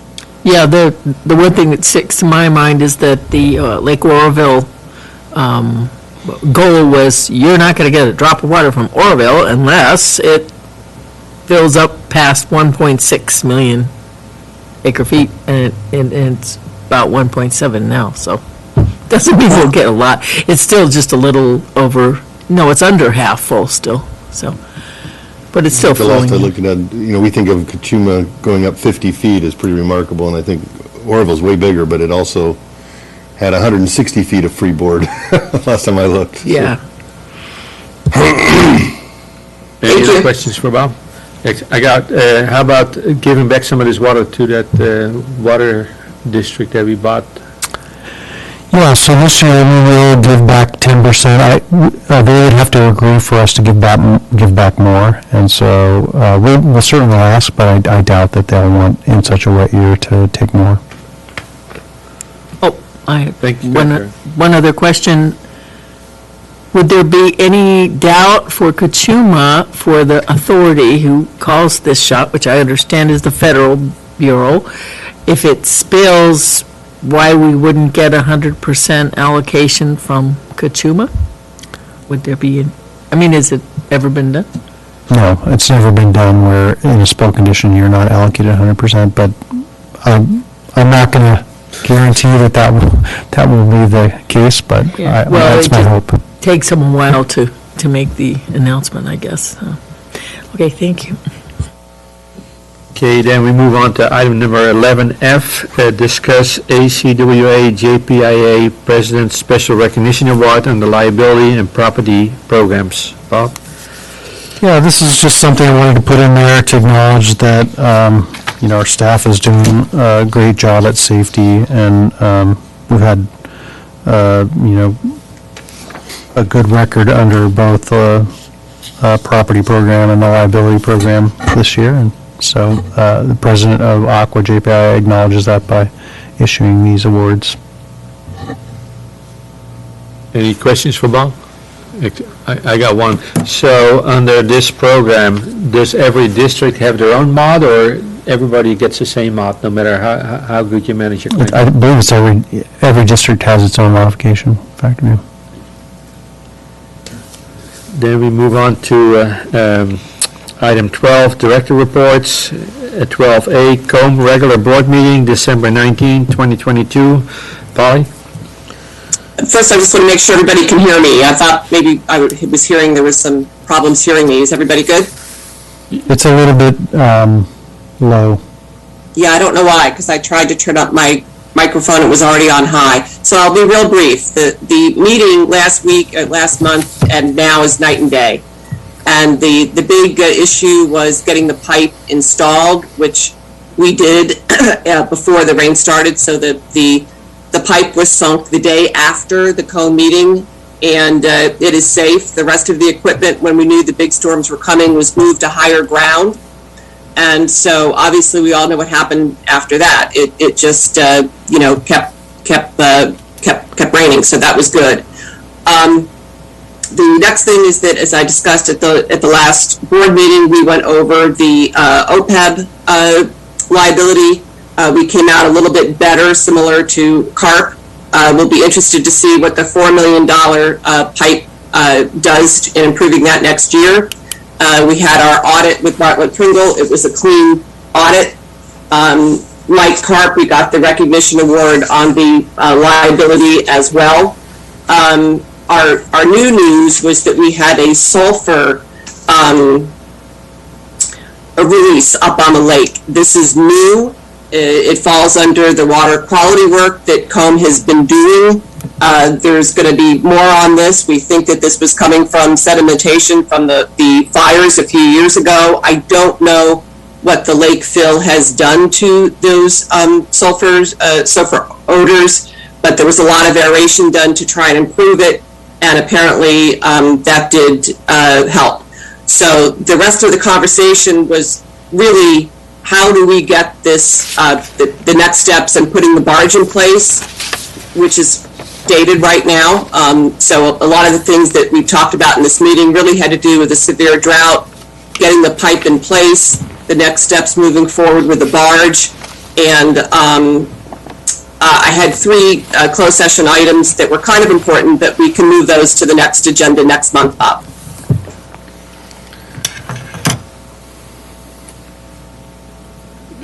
That concludes my report. Thank you, Polly. Any questions from anyone? Polly, I got one question. I might have missed it. On that pump station, is it already installed or not?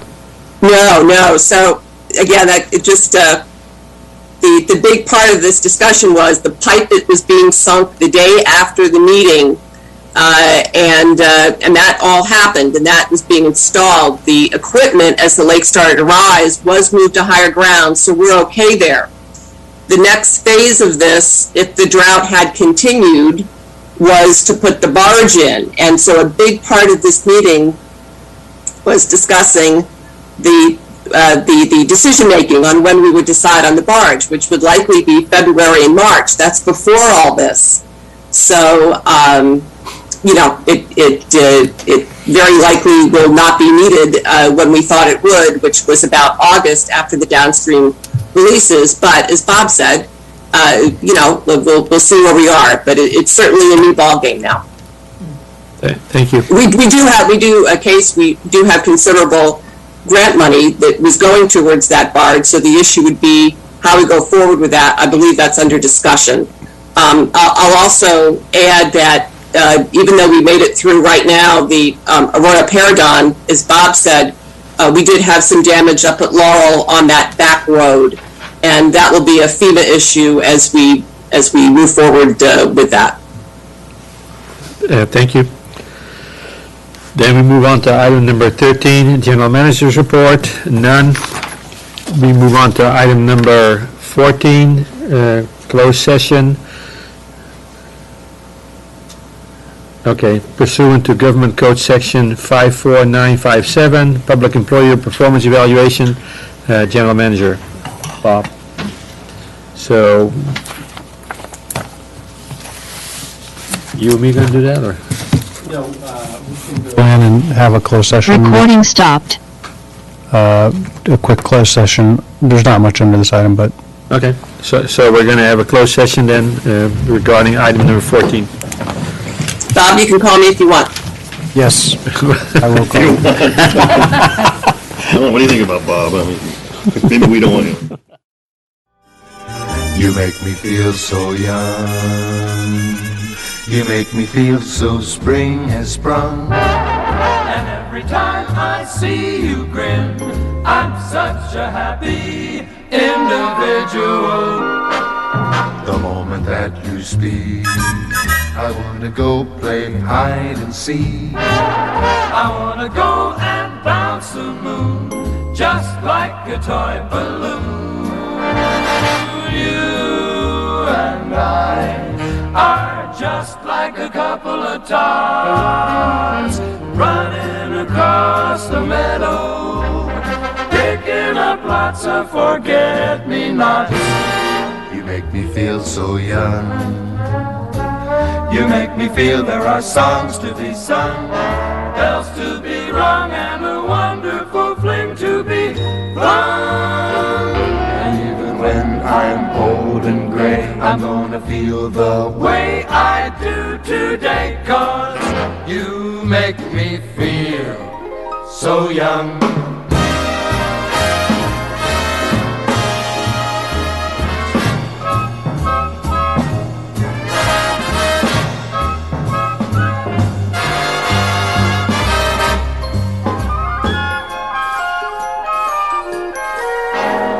You make me sing my song with ease.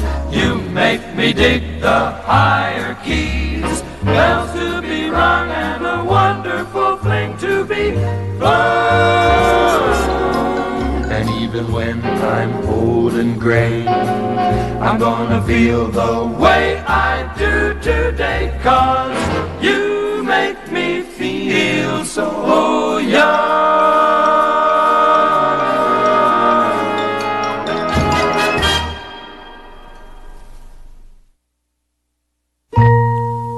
when you were very young, the world was younger than you, as merry as a carousel.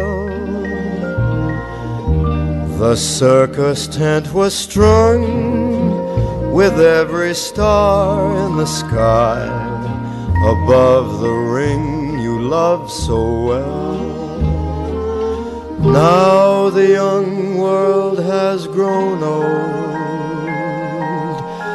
gone are the silver and gold. Sit there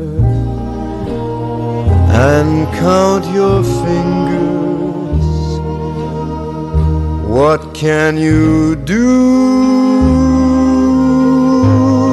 Old girl, you're through. Just sit there and count your little fingers, unhappy little girl blue.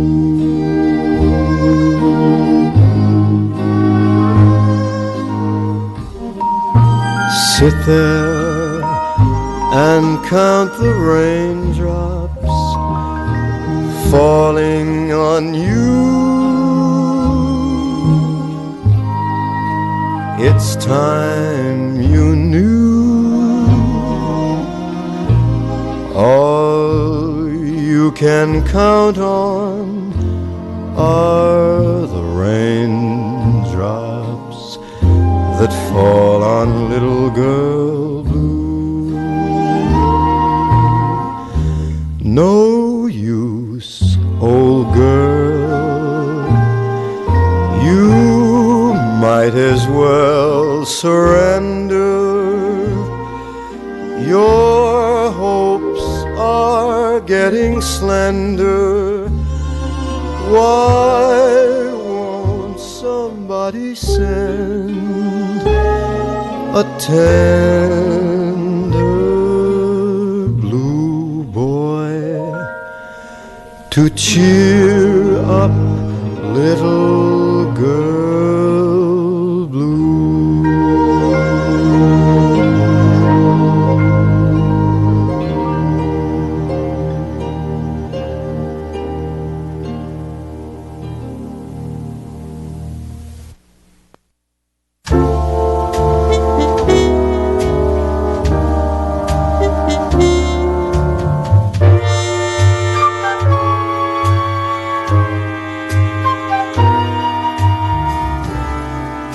Maybe I should have saved those leftover dreams. Funny, but here's that rainy day.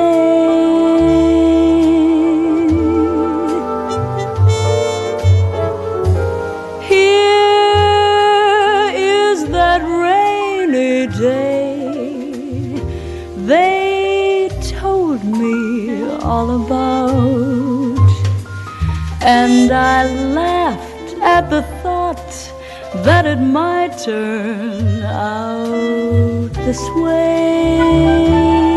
In progress.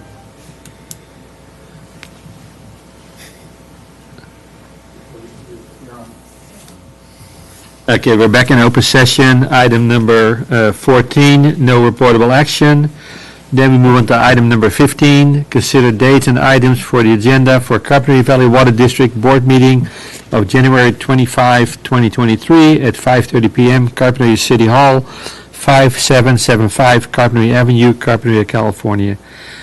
Is there anyone that wants to add anything to that? I have a question. Hey, it's Polly. Just a reminder on those closed session items, Bob. Sure.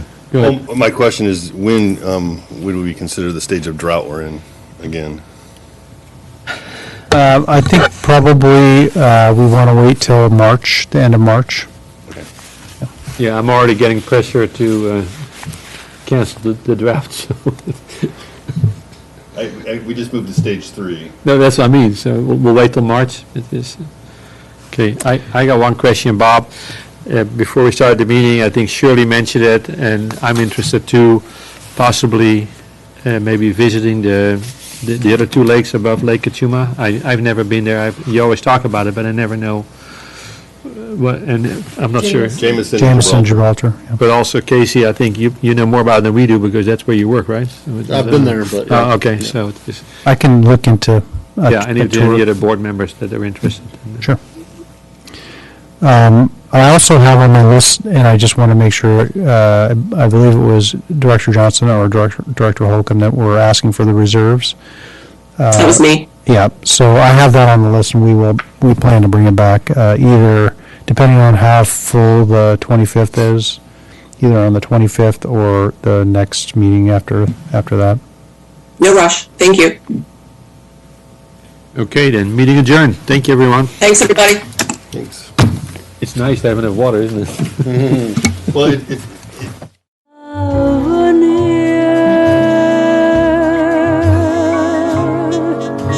Yes, it's funny how love becomes such a cold, rainy day. And it's funny that rainy day is here.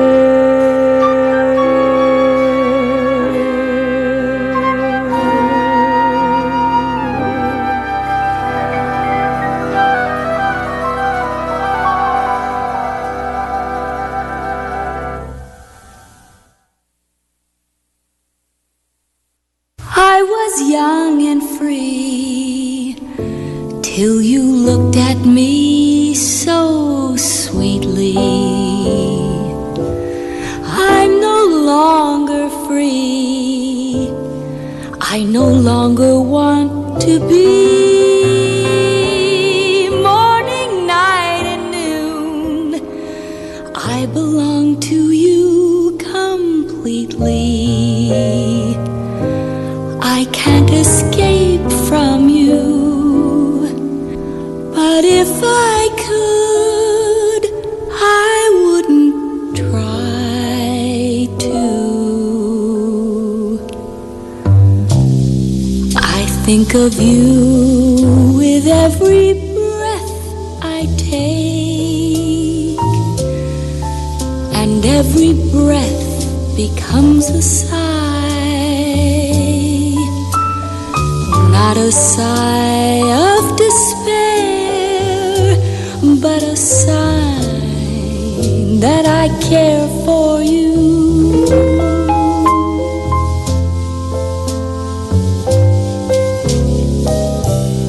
I hear your name with every breath I take, on every breeze that wanders by, and your name is a song I'll remember the long years through. Even though I walk alone, you guide me. In the darkness, you light my way, and all the while inside me, love seems to say, someday. And when I sleep, you keep my heart awake, but when I wake from dreams divine, every breath that I take is a prayer that I'll make you mine. Even though I walk alone, you guide me. In the darkness, you light my way, and all the while inside me, love seems to say, someday. And when I sleep, you keep my heart awake, and when I wake from dreams divine, every breath that I take is a prayer that I'll make you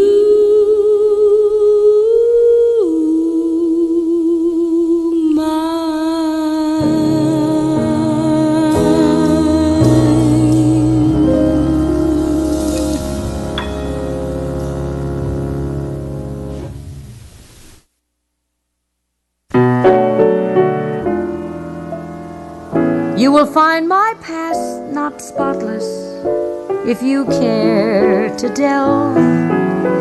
20 broken hearts and not less before I was 12. But from then on I stopped. From the parade I dropped. Hopes of future loves I started to shelve.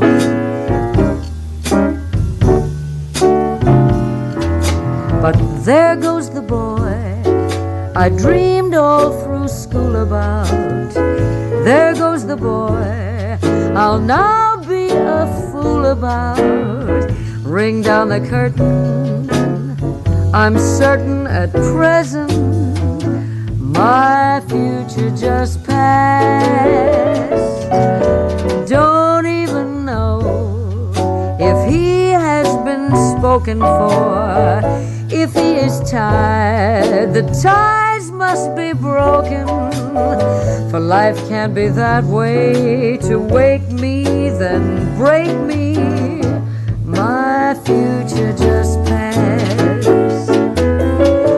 Stars in the blue, though you're at a distance, you can assure me, but sometimes a girl encounters resistance. Help me to win this boy. Here are my arms, may he find illusion there. Look in my heart, there is no confusion there. Now that I'm loving, I'm living at last. My future just passed. My future just passed.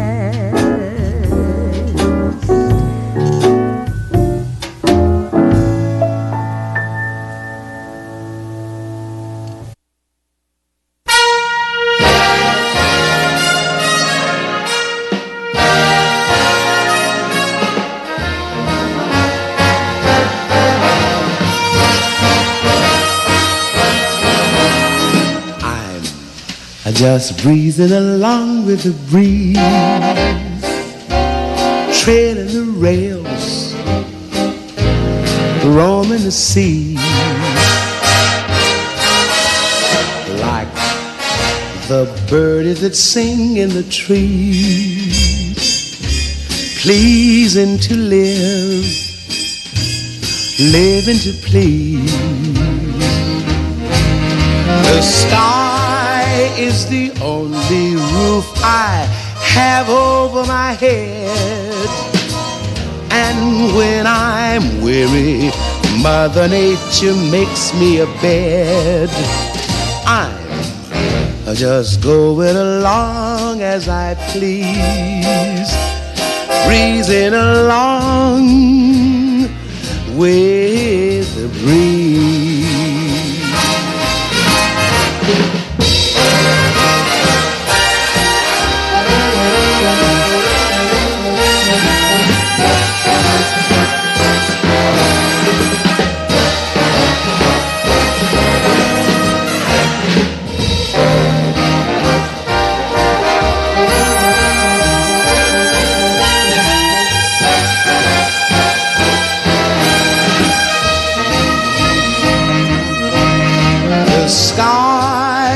The only roof I have over my head, and when I'm weary, Mother Nature makes me a bed. I'm just going along as I please, breezing along with the breeze. I'm just going along as I please, pleasing along with the breeze.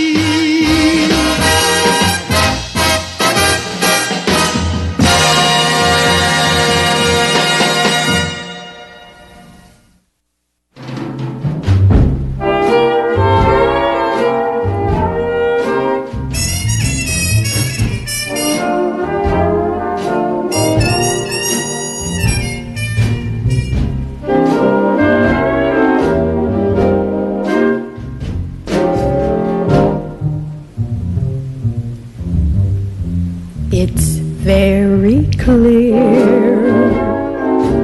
our love is here to stay, not for a year, but ever and a day. The radio and the telephone and the movies that we know may just be passing fancies, and in time may go. But oh, my dear, our love is here to stay. Together we're going a long, long way. In time the Rockies may crumble, Gibraltar may tumble, they're only made of clay. But our love is here to stay.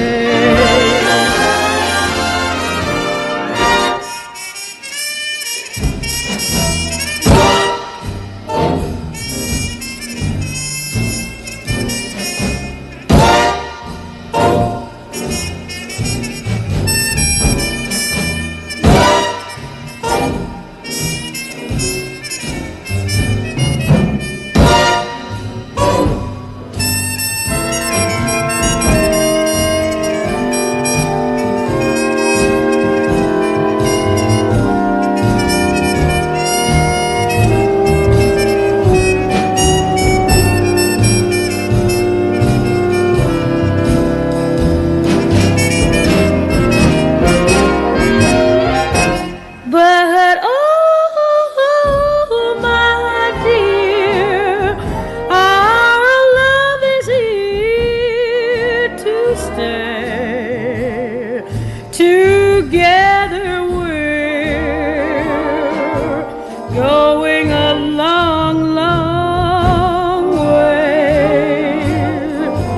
In time the Rockies may crumble, Gibraltar may tumble, they're only made of clay. But our love is here to stay. It's here to stay. It's here to stay. It's here to stay.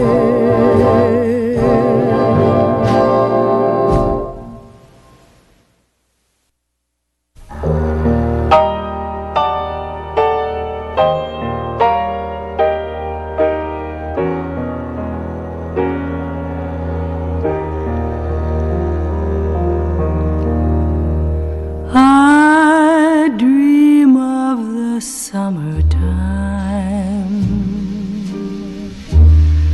of Venice and the summertime. I see the cafes, the happy days with you, my love. The antique shop where we'd stop for a souvenir.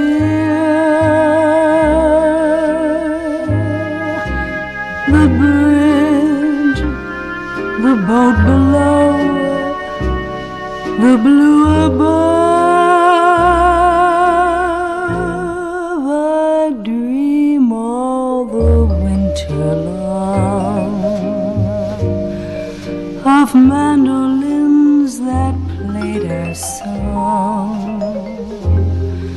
The dream is so real, I almost feel your lips on mine. And though I know we have to be an ocean apart, there's Venice and you, and summertime deep in my heart.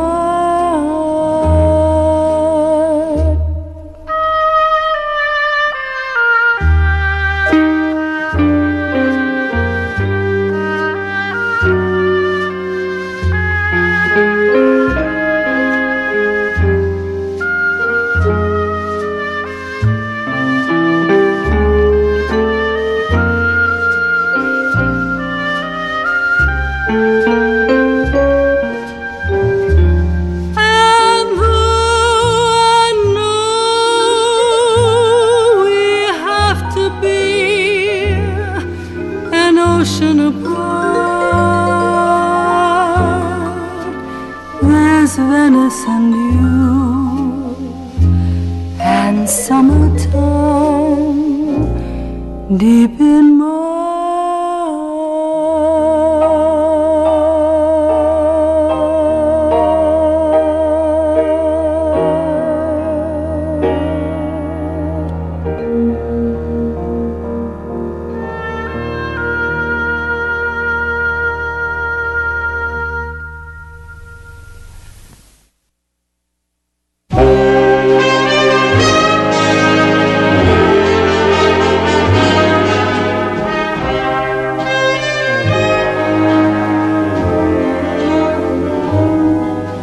Love me or leave me, let me be lonely. You won't believe me, and I love you only. I'd rather be lonely than happy with somebody else.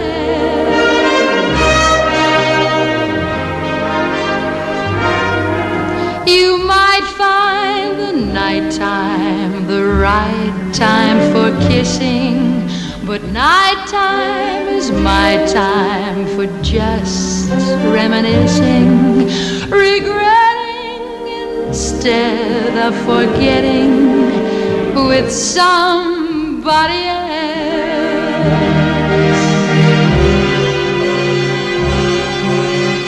There'll be no one unless that someone is you.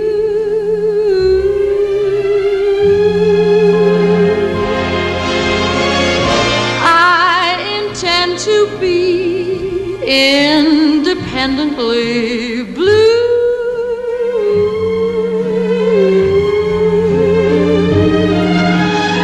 I want your love, but I don't want to borrow. To have it today and to give back tomorrow. For my love is your love. There's no love for nobody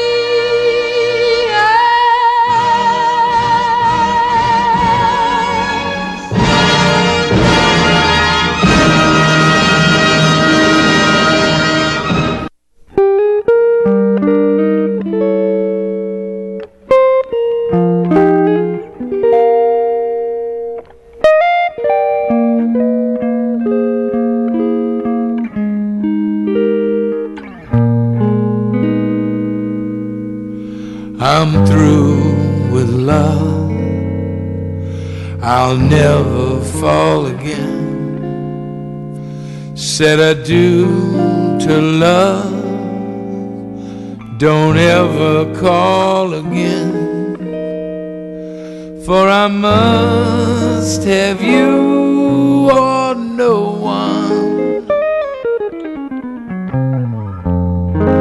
And so I'm through with love.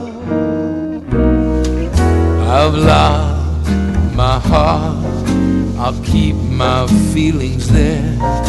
I've stopped my heart with icy frigid air. And I mean to care for no one,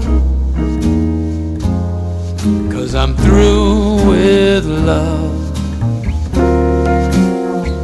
Why did you lead me to think you could care?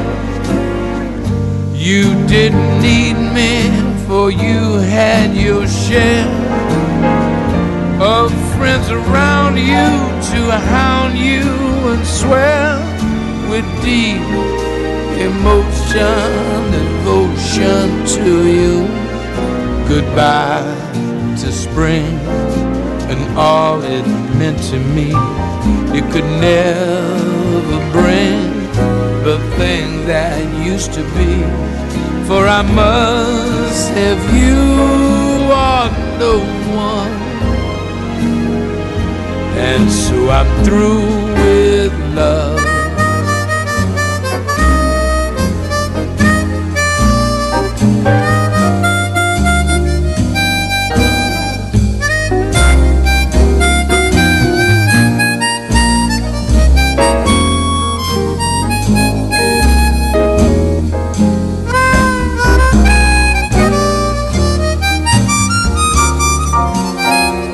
Why did you lead me to think you could care? You didn't need me, for you had your share of friends around you to hound you and swear with deep emotion, devotion to you. Goodbye to spring and all it meant to me. It could never bring the thing that used to be, for I must have you or no one. And so I'm through with love, and so I'm through with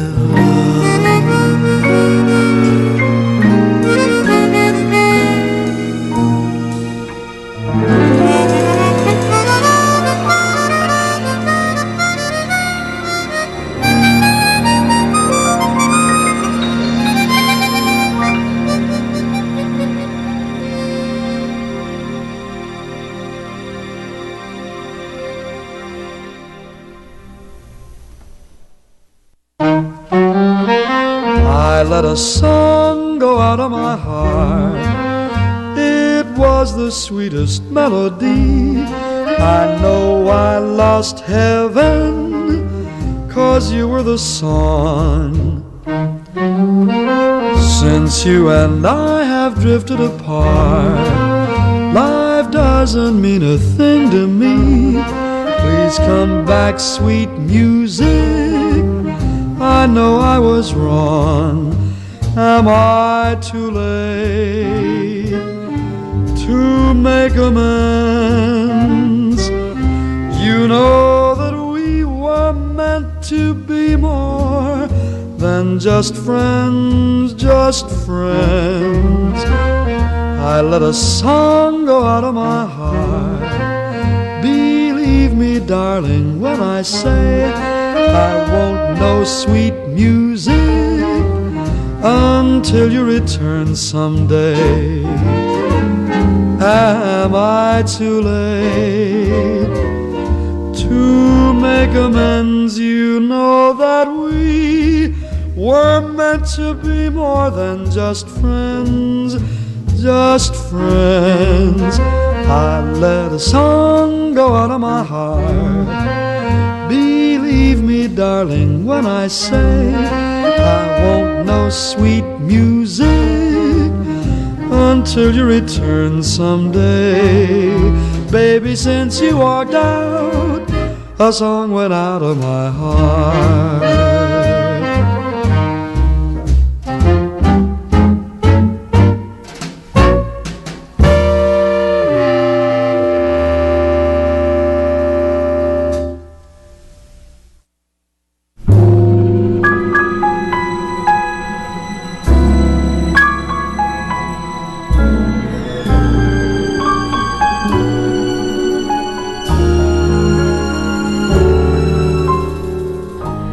Someday he'll come along, the man I love, and he'll be big and strong, the man I love. And when he comes my way, I'll do my best to make him stay. She'll look at him and smile, he'll understand, and in a little while he'll take her hand. And though it seems absurd, I know we both won't say a word. maybe you will meet him Sunday, maybe Monday, maybe not. Still, I'm sure to meet him one day. Maybe Tuesday will be my good news day. You'll build a little home just meant for two, from which I'll never roam. Who would you? and so all else above, she's waiting for the man